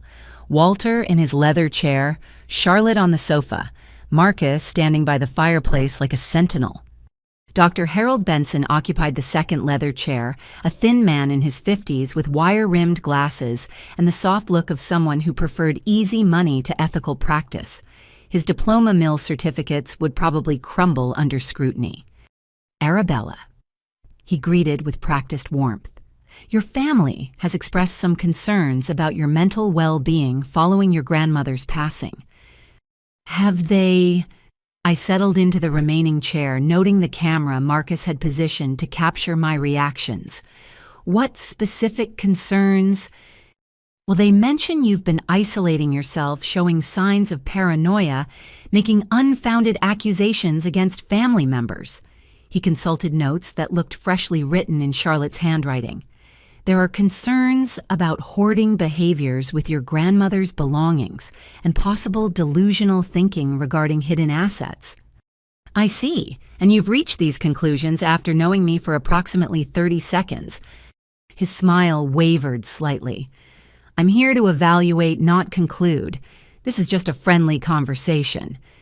"Is that why Marcus is recording for a friendly conversation?" Charlotte interjected. "We're just trying to help you, sweetheart. You've been under so much stress caring for Mother all those years. Sometimes that can affect our judgment." "My judgment seems fine," I said evenly. "I haven't embezzled money from anyone's firm, for instance." Marcus's face darkened. "See, these baseless accusations are exactly what we're talking about." Dr. Benson leaned forward. "Arabella, do you often have thoughts that family members are conspiring against you?" "I don't have thoughts about it. I have evidence of it." I pulled out my phone. "Would you like to hear the recording of my mother attempting to bribe a federal agent 2 days ago?" Dead silence. Charlotte went pale. Walter's knuckles whitened as he gripped his chair arms. Dr. Benson rallied. "Recordings can be misinterpreted out of context. What's important is how these beliefs are affecting your daily functioning. Are you sleeping well? Eating properly?" "Better than my brother, I imagine. Tell me, Marcus, how many nights have you been up trying to cover the $300,000 you stole from client accounts?" "You crazy—" Marcus started forward, but Walter barked his name, stopping him. Dr. Benson made notes furiously. These persistent delusions about family members committing crimes suggest a possible paranoid personality disorder. Combined with the isolation and hoarding behaviors— "What's your license number?" I interrupted. "I'm sorry." "Your psychiatric license number. I'd like to verify your credentials before we continue." He flushed. "I don't see how that's relevant." "It's completely relevant. You see, recording someone without their consent in Washington state is a two-party consent issue. Unless this is an official psychiatric evaluation, which would require proper licensing and documentation, my brother is committing a crime right now." I turned to the camera. "Marcus, are you recording this conversation without my written consent?" "This is ridiculous," Charlotte snapped. "We're trying to help you." No, you're trying to have me declared incompetent so you can steal my inheritance. But here's what you don't know. I found Grandma Rose's real will, the one that activates if anyone contests her wishes. I smiled at their stricken faces. Congratulations, Marcus. By filing that conservatorship petition yesterday, you just forfeited your entire inheritance to the Seattle Children's Hospital. Dr. Benson stood abruptly. I think we should postpone this evaluation. Sit down, Walter commanded. We're paying you to do a job. Actually, I said, let me help clarify the situation for you, Dr. Benson. The FBI will be here in approximately 90 minutes with search warrants. They'll be very interested in any psychiatric professional who participated in a conspiracy to commit fraud through false mental health evaluations. The doctor went white. FBI, I was told this was a simple family intervention. Did they also tell you they murdered my great-aunt Eleanor for her money, or that they've been stealing from my grandmother's estate for 20 years? How about the forged documents hidden in Walter's study? Stop talking, Walter roared, but I continued calmly. I'm curious, Dr. Benson, how much did they pay you? Was it worth losing your license and facing federal charges? The doctor grabbed his briefcase with shaking hands. I need to leave, now. You're not going anywhere. Marcus blocked the doorway. We paid you $10,000. $10,000? I laughed. That's all you sold your professional ethics for what Marcus steals in a weekend. Dr. Benson looked between us, sweat beading on his forehead. Mr. Winters, I was not aware of any federal investigation. This consultation is terminated. If you leave, we'll sue you for breach of contract, Charlotte threatened. Sue me then. Benson pushed past Marcus. I'd rather face a civil suit than federal conspiracy charges. As his car peeled out of the driveway, my family turned on me with naked fury. You've ruined everything, Walter snarled. Everything we've built, everything we've worked for, everything you stole, I corrected, from Grandma Rose, from Eleanor, from your clients. It's over. We're your family. Charlotte's perfectly composed mask finally cracked completely. How could you betray us like this? The same way you betrayed me when you decided I didn't deserve a dime, when you called me unstable, when you plotted to lock me away. I stood heading for the door. The FBI will explain the rest when they arrive. Marcus lunged for me, but I sidestepped him easily. Years of lifting and maneuvering Grandma Rose had made me stronger than he expected. Oh, and Marcus. I paused at the threshold. That camera you've been using to record me, the FBI will find some interesting footage on there, like you discussing how to forge Grandma's signature or Mom practicing her bribery speech. I left them screaming accusations at each other, their perfect family facade shattered beyond repair. Outside, Morrison waited in his car along with 2 FBI agents who'd arrived early to ensure my safety. How did it go? Morrison asked. Dr. Benson just became a prosecution witness, I said, finally allowing myself to smile, and I got them admitting to the payment on camera. Agent Whitman's voice crackled over the agent's radio. All units in position. Execute search warrants in 15 minutes. I climbed into Morrison's car, watching my childhood home one last time. In 15 minutes, federal agents would swarm through every room, every file, every hidden space. They'd find Walter's forged documents, Charlotte's bribery money, Marcus's embezzlement records. They'd discover cameras full of self-incriminating footage and computers full of evidence Grandma Rose had been documenting for decades. The trap Grandma had spent 20 years building was about to snap shut, and I had a front row seat to watch it all unfold. The vultures had gathered for what they thought would be an easy meal, never realizing they were the ones being hunted all along.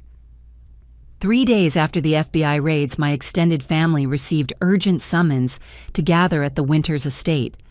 The calls came from Charlotte, her voice trembling with barely controlled hysteria as she pleaded for family unity in these trying times. What she didn't mention was that Walter was out on bail, Marcus was under house arrest with an ankle monitor, and federal prosecutors had frozen every account they could find.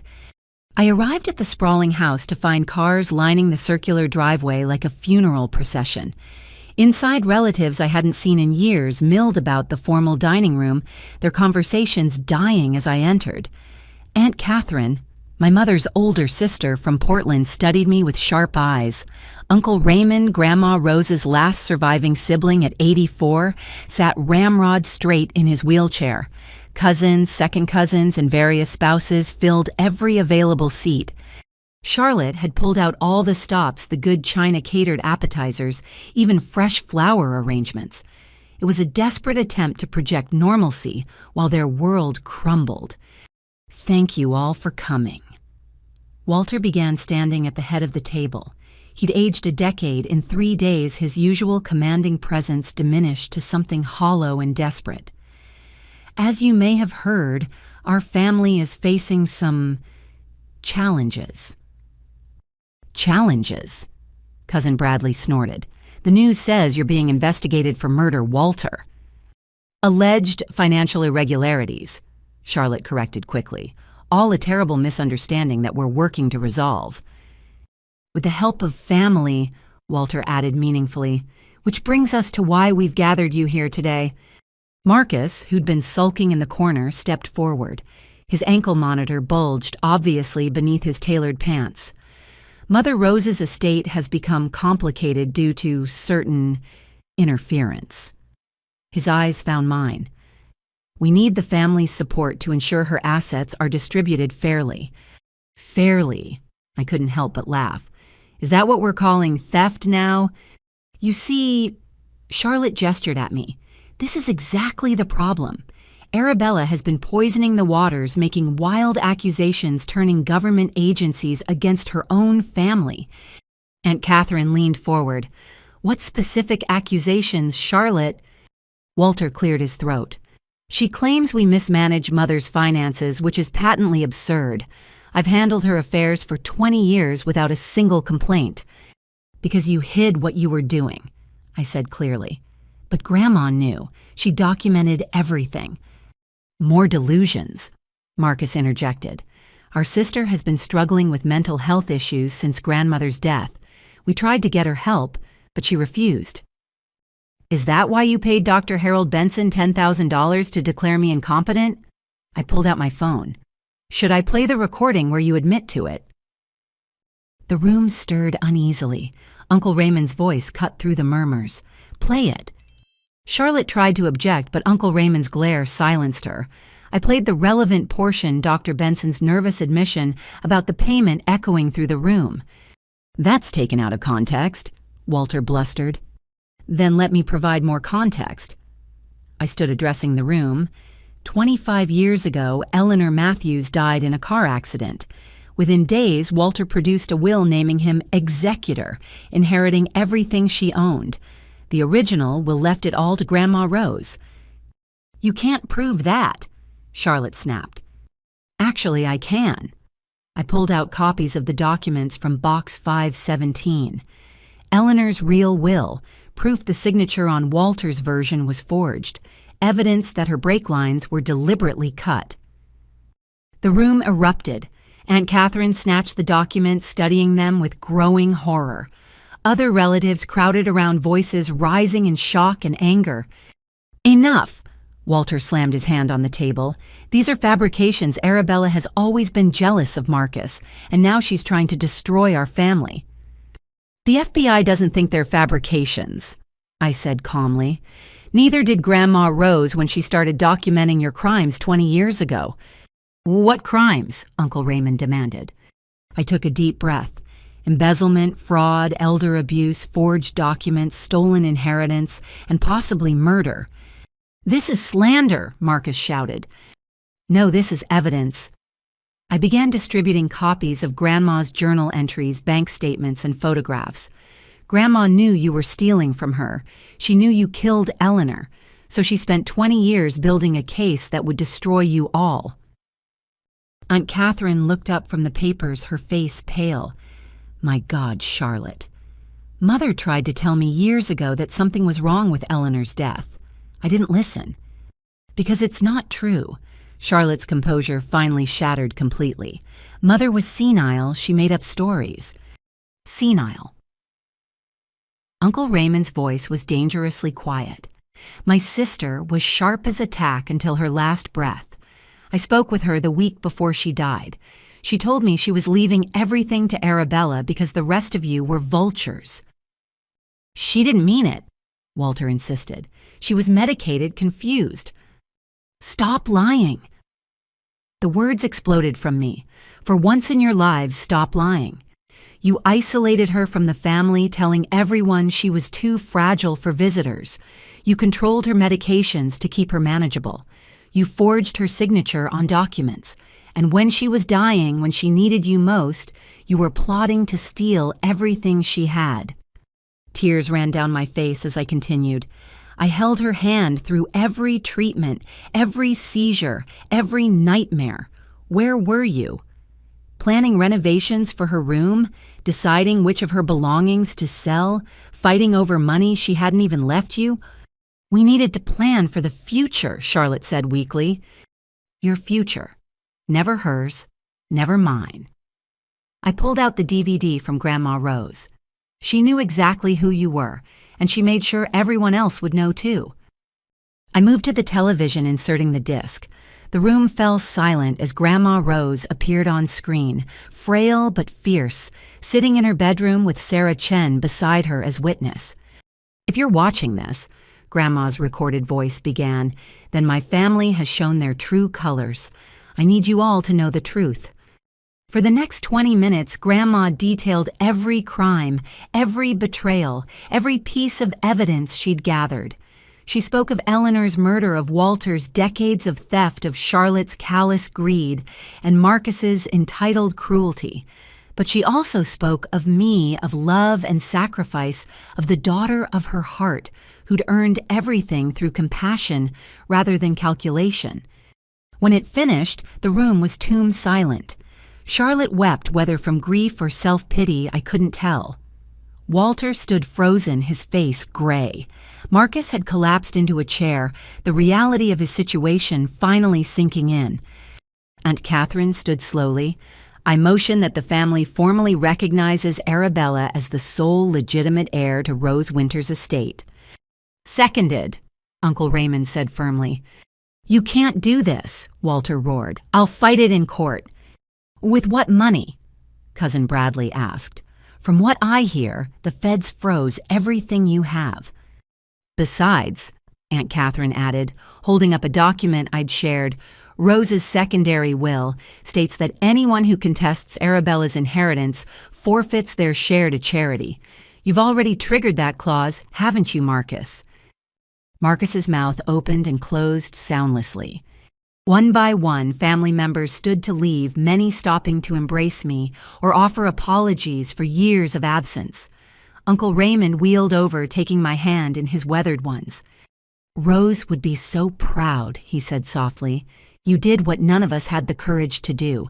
You stood up to them. As the house emptied, leaving just my immediate family and me, the facade finally crumbled entirely. Charlotte's perfect makeup ran in streams down her face. Walter gripped the table like it was the only thing keeping him upright. Marcus stared at his ankle monitor as if just realizing it would be part of his life for years to come. Get out, Walter said hoarsely. Get out of my house. Gladly. I gathered my papers, Grandma's DVD, the evidence of their crimes. But remember, this was never your house. It was Grandma's, and according to her will, it's mine now. I left them in their empty dining room, surrounded by the debris of their failed coup. The family meeting they'd orchestrated to turn relatives against me had instead become their final judgment. Grandma Rose had predicted it all, planned for it all, and once again protected me from beyond the grave. As I drove away, I thought I felt her presence beside me, finally at peace, knowing justice would be served. The vultures had gathered for one last feast, only to discover they were the ones being devoured. The pounding on my apartment door at 2 a.m. could have woken the dead. I'd moved into a furnished rental near Morrison's office the day after the family meeting, needing space from the toxic atmosphere of my childhood home. Through the peephole, I saw Marcus swaying on his feet, disheveled and reeking of whiskey even through the door. "Open up, Arabella." He slammed his fist against the wood again. "I know you're in there." I checked my phone already recording, then called building security to alert them before cracking the door open with the chain still engaged. "Marcus, you're drunk and violating your house arrest radius." His bloodshot eyes focused on me with difficulty. "You destroyed everything. Everything. Do you have any idea what you've done? Go home before you make things worse for yourself." "Worse?" He laughed a harsh, broken sound. "How could it get worse? My career's over. Patricia Whitman made sure every firm in the city knows what I did. 300,000 Arabella. 300,000 I have to pay back, and they froze everything." "You stole it, Marcus. What did you expect?" "I borrowed it." He slammed against the door, making the chain rattle. "I was going to pay it back. The cards, the games, I had a system." "Gambling," I said flatly. "You embezzled client funds for gambling. You don't understand the pressure I was under. Everyone expecting success, demanding perfection. Do you know what it's like being the family's golden child?" "No, I was too busy being the family's servant." His face contorted with rage. "You always were a martyr. Poor little Arabella taking care of Grandma. You planned this all along, didn't you? Manipulated her into leaving you everything." "I loved her. That's the difference between us." "Love." He spat the word like poison. "Love doesn't pay bills. Love doesn't buy respect. I needed that money." "So you stole it?" "I took what I deserved, what should have been mine." He fumbled in his jacket and my heart stopped as he pulled out a gun. "But you had to ruin it, had to play detective, had to bring in the feds." I kept my voice steady despite my racing pulse. "Marcus, put the gun down. You're drunk and not thinking clearly." "Oh, I'm thinking clearly for the first time in years." He waved the weapon erratically. "Without you, none of this happens. Mom and Dad keep running things. I fix the temporary cash problem. Life goes on. But no perfect Arabella had to have her revenge." "This isn't revenge, it's justice." "Justice." He laughed again, pressing closer to the gap in the door. "There's no justice in this world. There's only winners and losers, and you've made me a loser." "You made yourself a loser when you chose to steal." "Shut up." The gun swung wildly. "I need money, Arabella, real money. Not the pittance they left me, but enough to run, enough to start over somewhere they can't find me." "The FBI has your passport. You're wearing an ankle monitor. There's nowhere to run." "There's always somewhere if you have enough money." His eyes glittered with desperate cunning. "Grandma left you millions. That building, the stocks, all of it. You're going to share." "No, I'm not." "Yes, you are. Because if you don't, I'll tell them everything. How you poisoned her, slowly controlled her medications, isolated her from family. I've got it all figured out. Who do you think they'll believe, the successful lawyer or the bitter spinster?" "The bitter spinster with documented evidence of your crimes." I held up my phone showing the recording app, "including this conversation where you're threatening me with a gun." His face went purple. "Give me that phone." "Building security is already on their way up. So are the police. Your ankle monitor triggered the moment you left your approved radius." As if on cue, footsteps echoed in the hallway. Marcus spun toward the sound and I slammed the door shut, engaging the deadbolt. He howled and pounded on it, but within seconds, I heard security officers shouting commands. Through the peephole, I watched them disarm and restrain him. The gun turned out to be Walter's antique revolver, unloaded, but still a violation of his bail conditions. Marcus sobbed as they held him, all his bravado evaporating. "It's not fair," he kept repeating. "I'm the successful one. I'm the one who matters." The police arrived within minutes, federal marshals right behind them. I gave my statement, provided the recording, and watched them load Marcus into a patrol car. His house arrest had just become actual arrest, with new charges of criminal threats, weapons violations, and attempted extortion added to his growing list. Morrison arrived as they were finishing up, having rushed over despite the late hour. "Are you all right?" "Shaken, but safe," I admitted. I knew he was desperate, but I didn't expect him to completely implode like this. Criminals often do when cornered. The golden child discovering he's actually fool's gold tends to break them. He studied me with concern. "This recording will be devastating for his defense. He admitted to the embezzlement, the gambling, even threatened to file false accusations against you. Will it help the federal case?" "Immensely. He's looking at 15 to 20 years now, possibly more." Morrison's expression grew grim. "Your parents will blame you for this." "They already do." The next morning, news of Marcus's arrest spread quickly. My phone buzzed with calls from relatives, reporters, and numbers I didn't recognize. I ignored them all, focusing instead on meeting with Agent Whitman to review the new evidence. "Your brother handed us everything we needed," she said, reviewing the recording. "His admission about the gambling establishes motive for the embezzlement. The threat with the weapon shows consciousness of guilt, and his offer to fabricate evidence against you demonstrates a pattern of criminal behavior." "What about my parents?" "Walter's trial starts next month. With Janet Sullivan's evidence and your grandmother's documentation, he's looking at 25 to life for the financial crimes alone. If we can prove Eleanor's murder, that becomes life without parole." "And Charlotte?" "The bribery attempt is 5 to 10 years. Her involvement in the elder abuse adds another 10. She'll likely die in prison." The weight of it settled on my shoulders.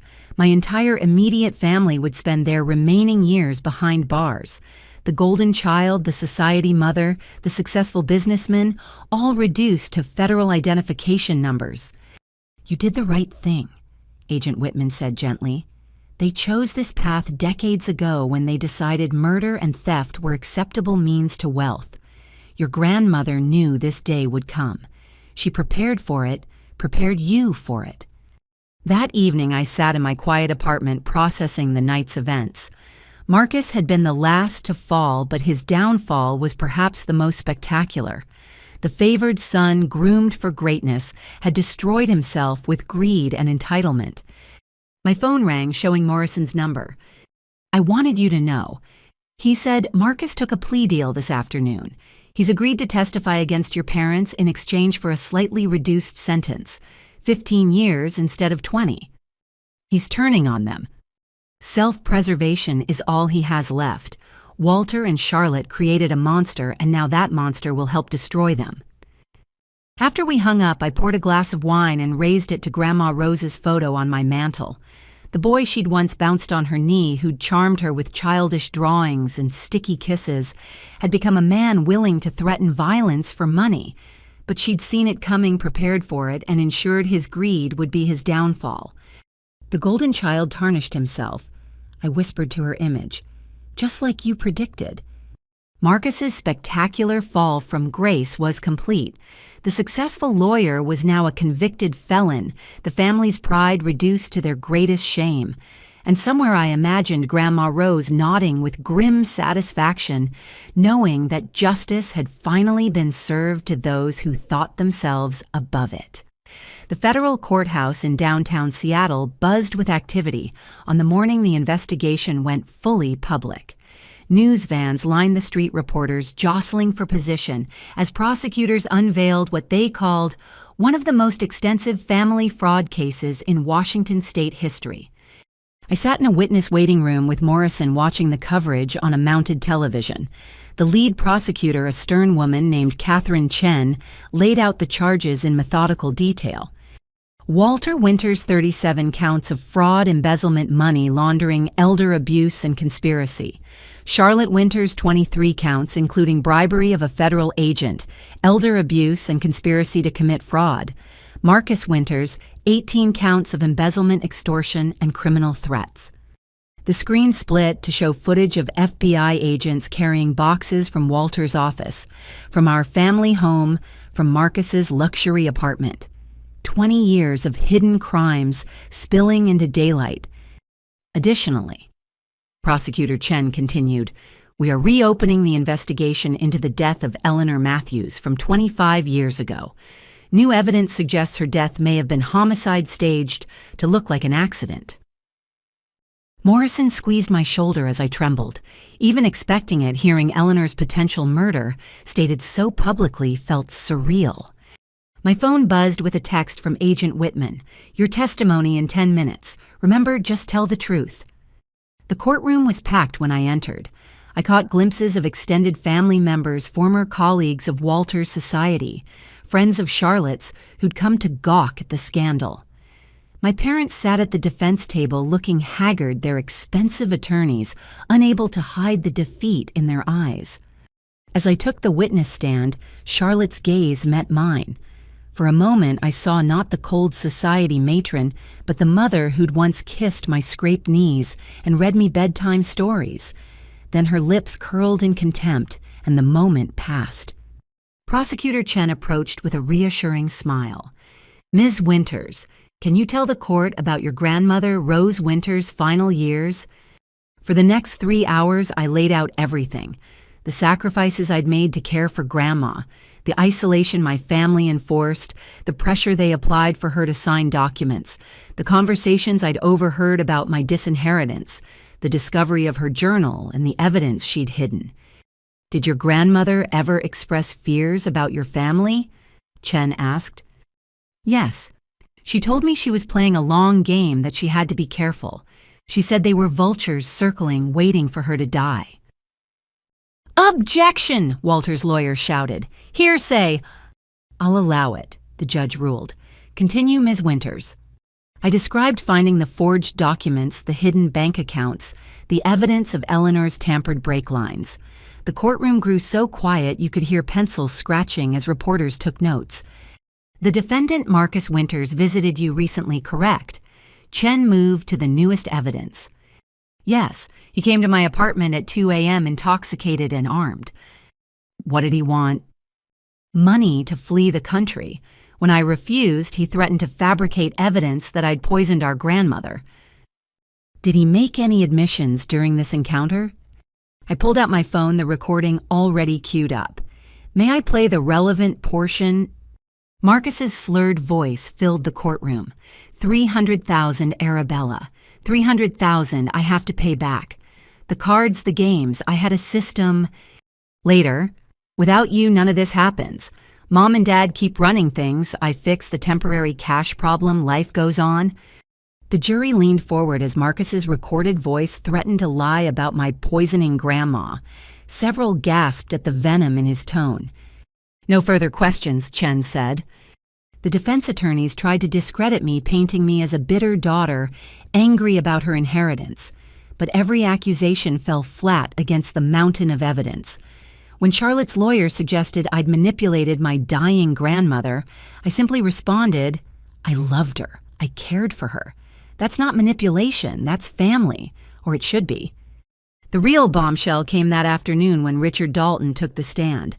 Charlotte's affair partner now states evidence looked like a man facing his own mortality. "Mr. Dalton," Prosecutor Chen began, "you were romantically involved with Charlotte Winters." "For 5 years, yes." "Did she ever discuss her family's financial situation?" Richard's hands shook as he answered. "She said once Walter was arrested, she'd divorce him, and we'd live off what she called the Eleanor money. She said they'd been careful for 25 years, and no one would ever prove anything about the accident. She specifically used the word accident. She said, 'We made it look like an accident, and that's all anyone can prove.'" The courtroom erupted. Charlotte shot to her feet, screaming, "You lying bastard, you swore you loved me." The judge pounded his gavel, ordering her removed. As bailiffs escorted her out, she turned to me one last time. "You did this. You destroyed us. I wish you died instead of her." "So do I whispered, though only Morrison heard me. The following days brought an avalanche of evidence. Janet Sullivan testified about decades of financial crimes, providing detailed documentation. Sarah Chen from the credit union explained how Grandma Rose had methodically protected her assets while gathering evidence. Patricia Whitman laid out the 2-year federal investigation, revealing wiretaps, surveillance footage, and financial tracking that painted a damning picture. Dr. Harold Benson, given immunity for his testimony, admitted to being paid to declare me mentally incompetent. They said she was stealing from the family that I'd be helping protect their assets. I didn't know about the federal investigation, I swear. But the most dramatic moment came when Eleanor Matthews' case was presented. A forensic specialist testified that new analysis of the brake line photographs showed clear tool marks consistent with deliberate sabotage. The timing of Walter's takeover of her estate, the forged will, the missing police evidence, it all pointed to premeditated murder. We believe Prosecutor Chen stated that Walter and Charlotte Winters murdered Eleanor Matthews for her $4 million estate, then used that money to build their own fortune while systematically stealing from Rose Winters over the next 2 decades. On the final day of testimony, they played Grandma Rose's DVD in its entirety. Her voice, strong despite her frailty, filled the courtroom as she detailed every crime, every betrayal, every piece of evidence she'd gathered. "I stayed silent to protect Arabella," her recorded voice said. "As long as I lived, they needed me for appearances, but I knew once I was gone, they'd turn on her. So I prepared, I gathered, I documented, and I made sure that when this day came, the truth would destroy them." They killed my sister Eleanor. I could never prove it, but I knew.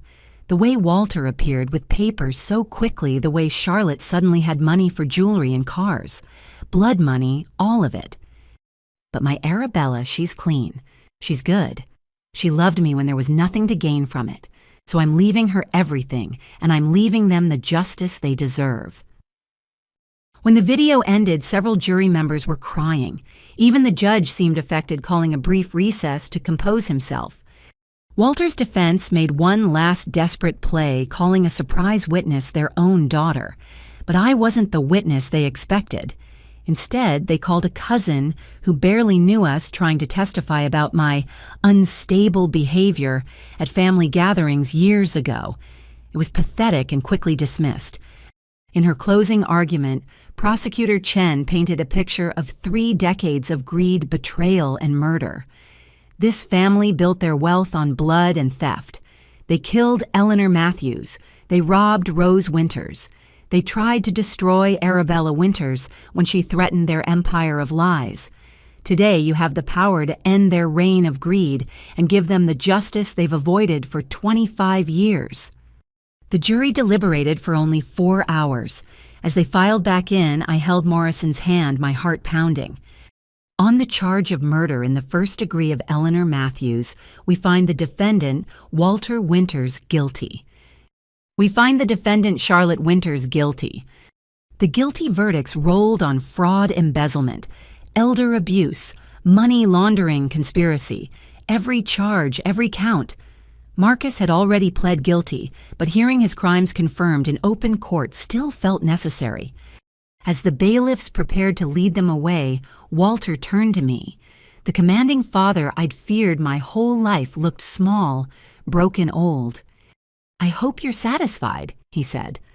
"I'm not," I replied honestly, "but Grandma Rose is, and Eleanor, that's all that matters."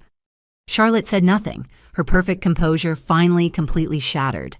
The society queen would trade her designer suits for prison orange, her country club lunches for cafeteria trays. Outside the courthouse, reporters swarmed, but Morrison and Agent Whitman helped me navigate to a waiting car. As we drove away, I saw the news vans, the headlines already forming: Seattle society family convicted of murder, 25-year-old cold case solved.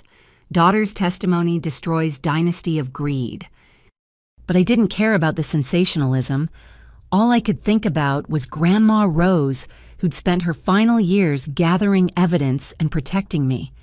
Eleanor, whose death had finally been acknowledged as murder. And myself, the dismissed daughter, who'd brought down an empire built on blood and lies. The federal investigation had indeed exploded, taking my entire family with it. But from those ashes, truth had finally emerged.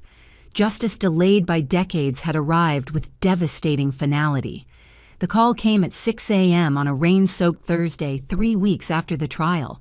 Detective Michelle Vargas from Seattle PD's Cold Case Unit spoke with careful precision. Ms. Winters, we've made significant progress in your great-aunt Eleanor's case. There's new evidence we need to discuss. Can you come to the station today? Morrison accompanied me to the police station where Detective Vargas waited in a conference room with boxes of files and evidence bags. Her partner, Detective Ray Huang, nodded grimly as we entered. "Thank you for coming." Vargas began gesturing to the materials spread across the table.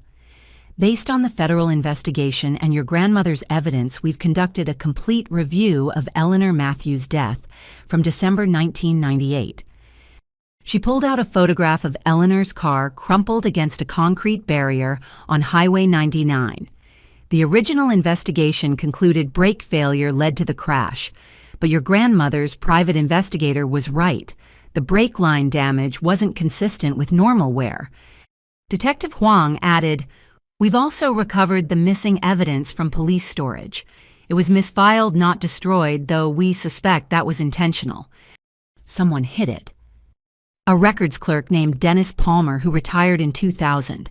He died 5 years ago, but we found deposits in his account from that period, matching withdrawals from an account your father controlled. My stomach churned as the pieces fell into place. Walter had paid someone to hide evidence of Eleanor's murder. Vargas continued, "But here's what changes everything. Last week, we received a package addressed to the Cold Case Unit. No return address postmarked from Tacoma." She pulled out a clear evidence bag containing a manila envelope. Inside was a video cassette, the kind people used in the 90s for home recordings.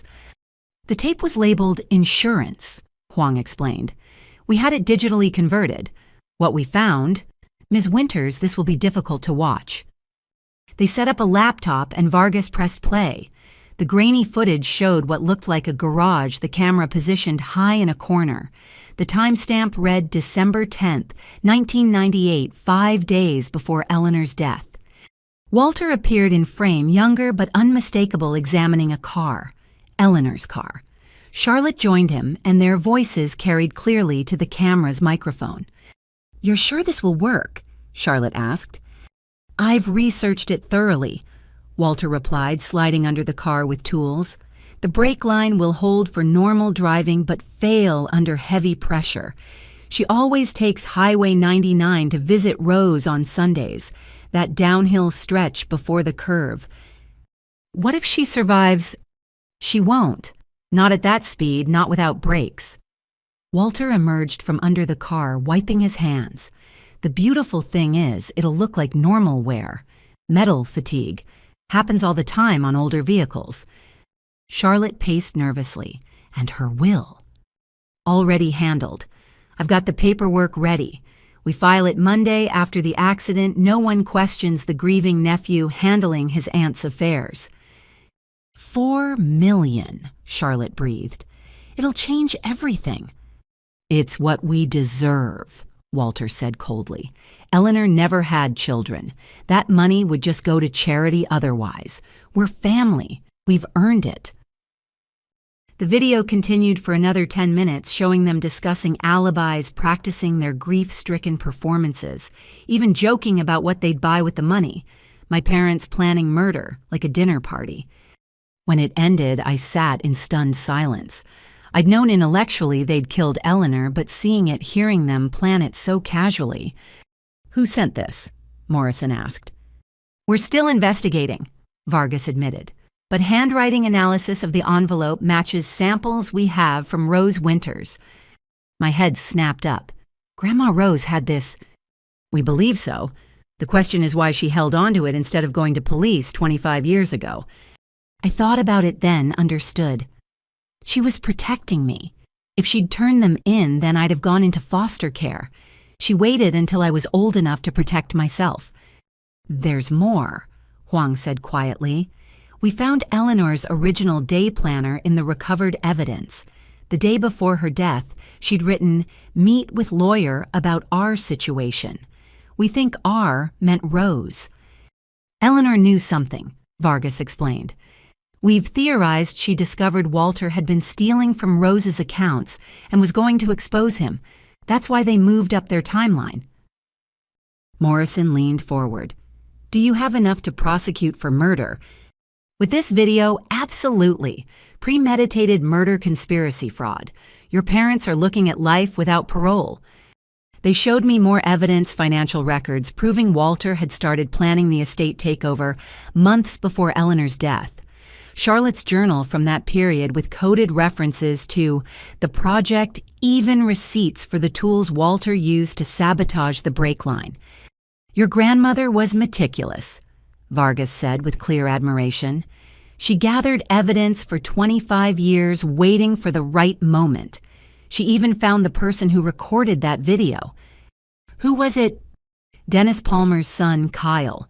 He was 16 working in Walter's garage for extra money. He'd set up the camera to record himself practicing guitar, but caught your parents instead. He told his father, who was a police records clerk. And Dennis hid the evidence for money," I finished. "Kyle kept the original tape out of fear. When he heard about the federal investigation, his conscience finally won.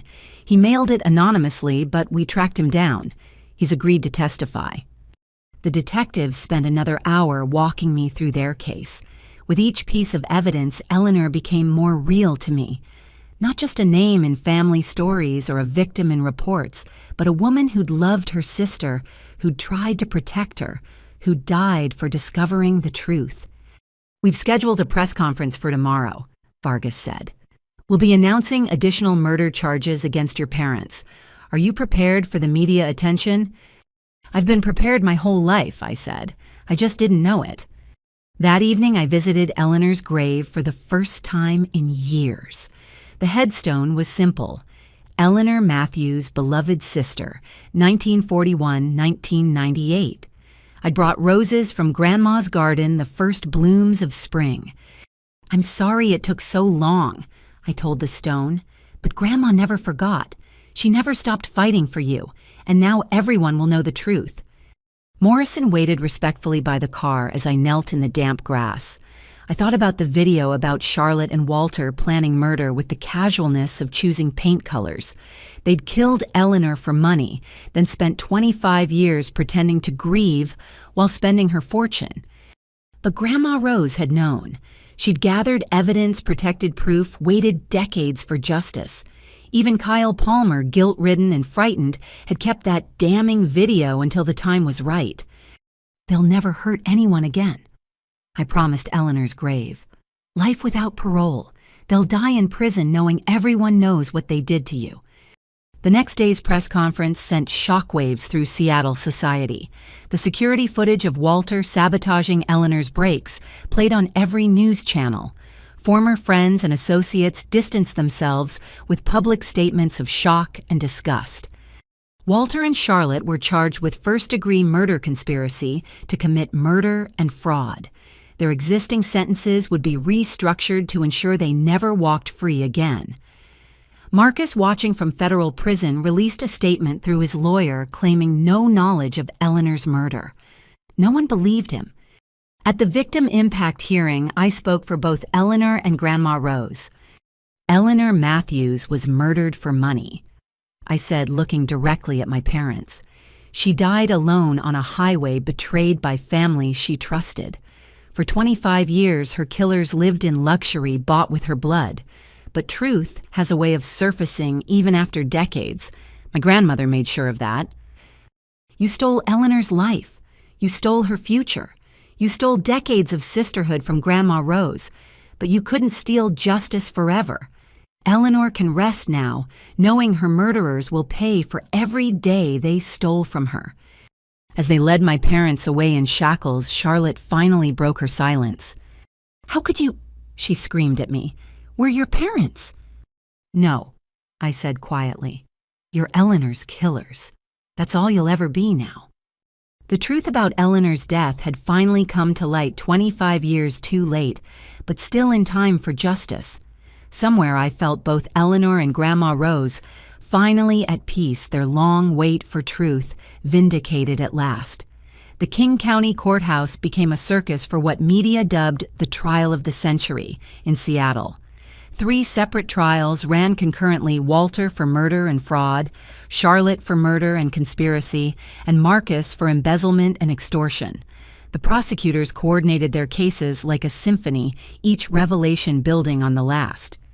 I testified in all 3 trials, spending weeks on various witness stands. By now the story was practiced, but never easy. Each telling brought fresh pain, new realizations about the depth of my family's betrayal. Walter's trial began with Prosecutor Chen methodically destroying his image as a successful businessman. Employee after employee testified about suspicious transactions, forged signatures, and intimidation tactics. But the most damaging testimony came from someone unexpected. "State your name for the record," Chen instructed. "Evelyn Harper. I was Eleanor Matthews' best friend." The silver-haired woman in her 80s commanded the courtroom's attention as she revealed a secret kept for 25 years. "Eleanor called me the night before she died," Evelyn testified. "She was terrified. Said she'd discovered Walter had been stealing from Rose for years, hundreds of thousands of dollars. She'd found proof in his office when she'd visited for Sunday dinner. What did she plan to do? She had an appointment with her lawyer Monday morning. She was going to expose everything and have Walter removed from any position of financial authority over Rose." Evelyn's voice cracked. She never made it to Monday.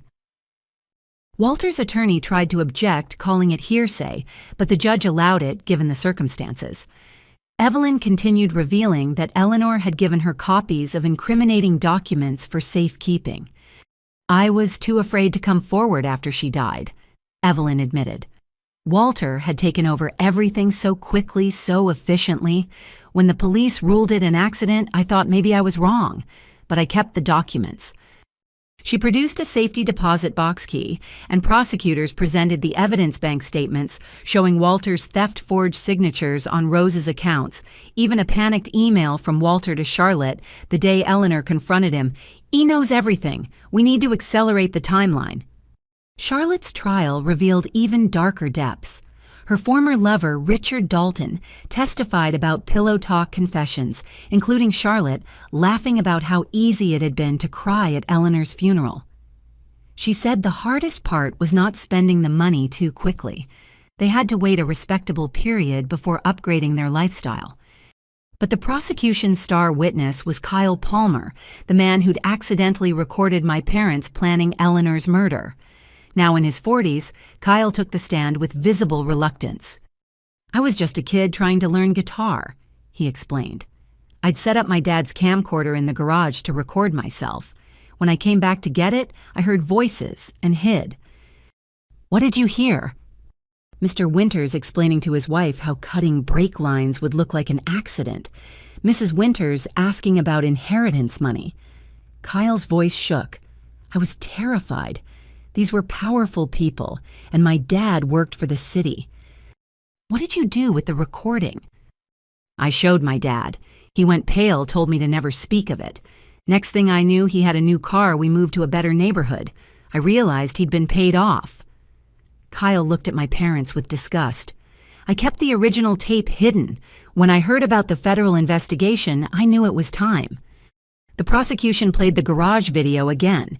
Even having seen it before, watching my parents plan murder with such casual efficiency chilled the courtroom. Several jurors couldn't hide their revulsion. Marcus's trial was less dramatic but equally damning. His former colleagues testified about his lavish spending, his gambling debts, his increasingly desperate attempts to cover shortfalls. The FBI presented a forensic accounting that tracked every stolen penny, every forged authorization, every client betrayed. The defendant didn't just steal money, Prosecutor Chen argued. He stole retirement savings, college funds, medical expense accounts. He destroyed lives to feed his addiction. Marcus's attorney tried to paint him as a victim of family pressure, but the strategy backfired when prosecutors played the recording of him threatening me with a gun. His drunken admissions, his offer to frame me for murder, his complete lack of remorse, all captured in digital clarity. Throughout the trials, I watched my family's carefully constructed facades crumble. Walter, who'd terrorized our household with his temper, wept like a child when the garage video played. Charlotte, always perfectly composed, screamed obscenities when her affairs were detailed. Marcus, the golden child, looked diminished and gray as his failures were cataloged. Former friends and associates lined up to testify against them, each revelation adding another nail to their coffins. The country club president discussed their suspicious wealth increase after Eleanor's death. Business partners detailed fraudulent schemes spanning decades. Even their former housekeeper testified about finding bloody clothes in the trash the day after Eleanor died, clothes Charlotte claimed were from gardening accidents. Dr. Patricia Hernandez, the psychiatrist who'd evaluated me at Grandma's request, provided crucial testimony about my mental state and Grandma's. Both women were completely competent, she stated firmly. Rose Winters was sharp, strategic, and deeply concerned for Arabella's welfare. She knew her family was dangerous and took precautions. As for Arabella, she showed remarkable resilience despite years of emotional abuse and exploitation. The defense attorneys tried various strategies. Walters claimed diminished capacity due to a personality disorder. Charlotte's argued she was manipulated by her domineering husband. Marcus's went for addiction as a mitigating factor. None of it worked.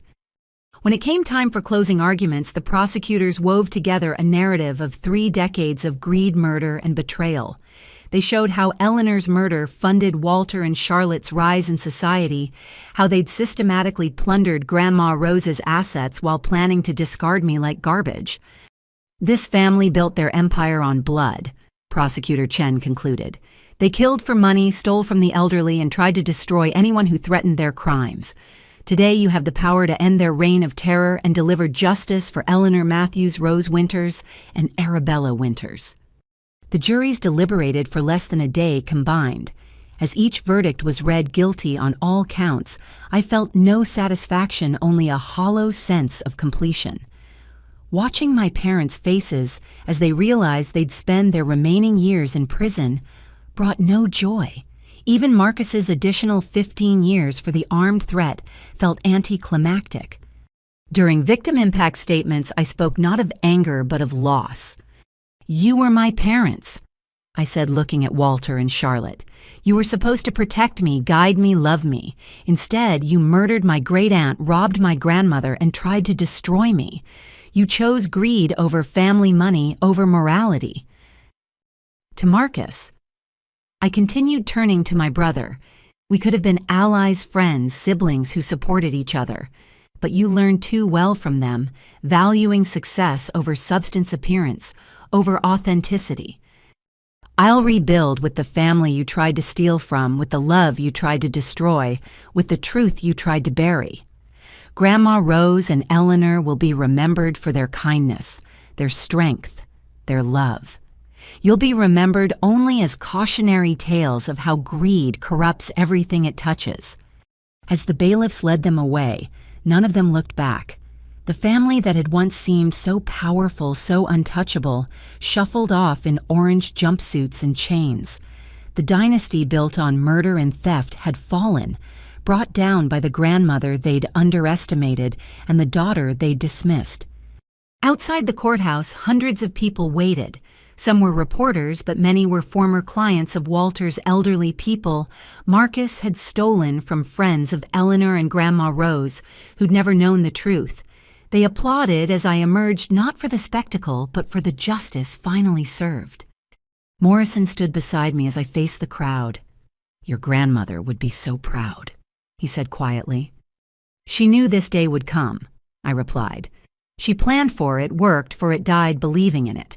They thought they'd won when she passed, but she was just getting started."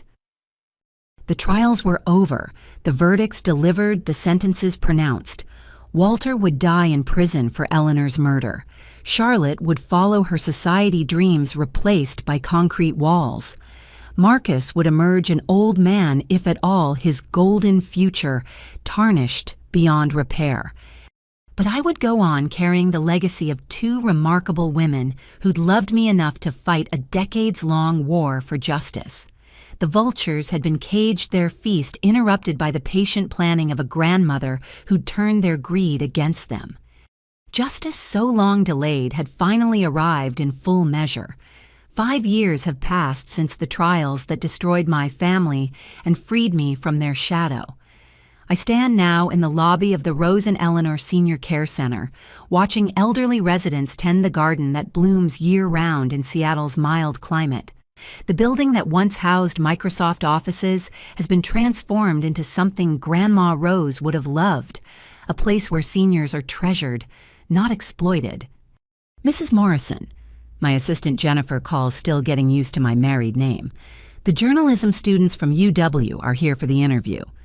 I smooth my scrubs, the same purple ones I wore during my first week back in nursing school. Getting my degree at 35 had been challenging, but Grandma's fortune made it possible to focus solely on studies without financial worry. Now I work here 3 days a week, not because I need to, but because I want to. The students file in eager and nervous here to document what they call the Winters case for a true crime podcast. I've given dozens of interviews over the years, turning what could have been salacious gossip into teachable moments about elder abuse, family fraud, and the importance of estate planning. Let's talk in the Eleanor Matthews Memorial Library. I suggest leading them to the wing named for my great-aunt. As we settle into comfortable chairs, I see them notice my wedding ring. The question always comes, and today is no different. Is it true you married the lawyer who helped expose your family?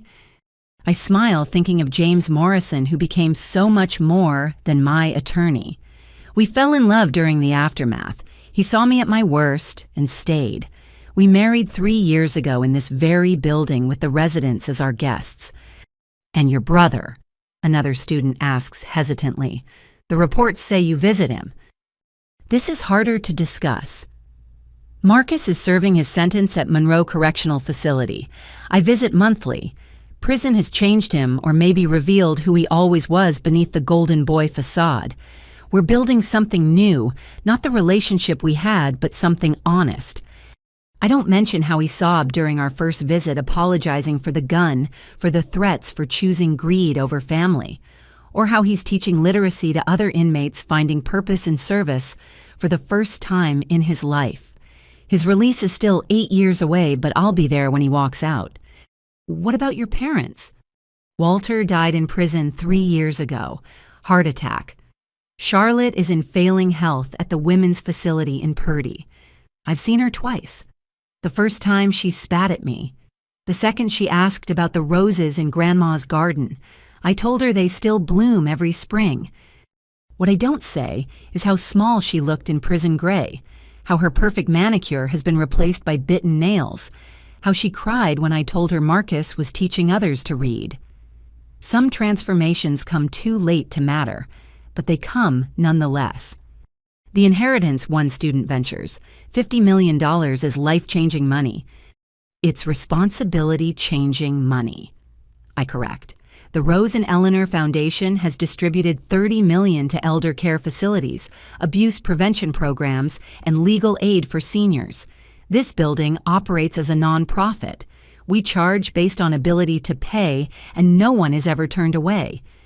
Through the library windows, I spot my husband walking with a familiar figure. Aunt Catherine, now 82, lives here by choice. She could afford anywhere but chooses to stay where she can volunteer with activities, sharing her stories with residents who've become family. Your grandmother's evidence collection was remarkable, another student observes. 20 years of planning. She was patient and thorough, but more than that, she understood that justice isn't about revenge. It's about truth. She could have destroyed them any time after Eleanor's death, but she waited until I was old enough, strong enough to survive the aftermath. Do you forgive them?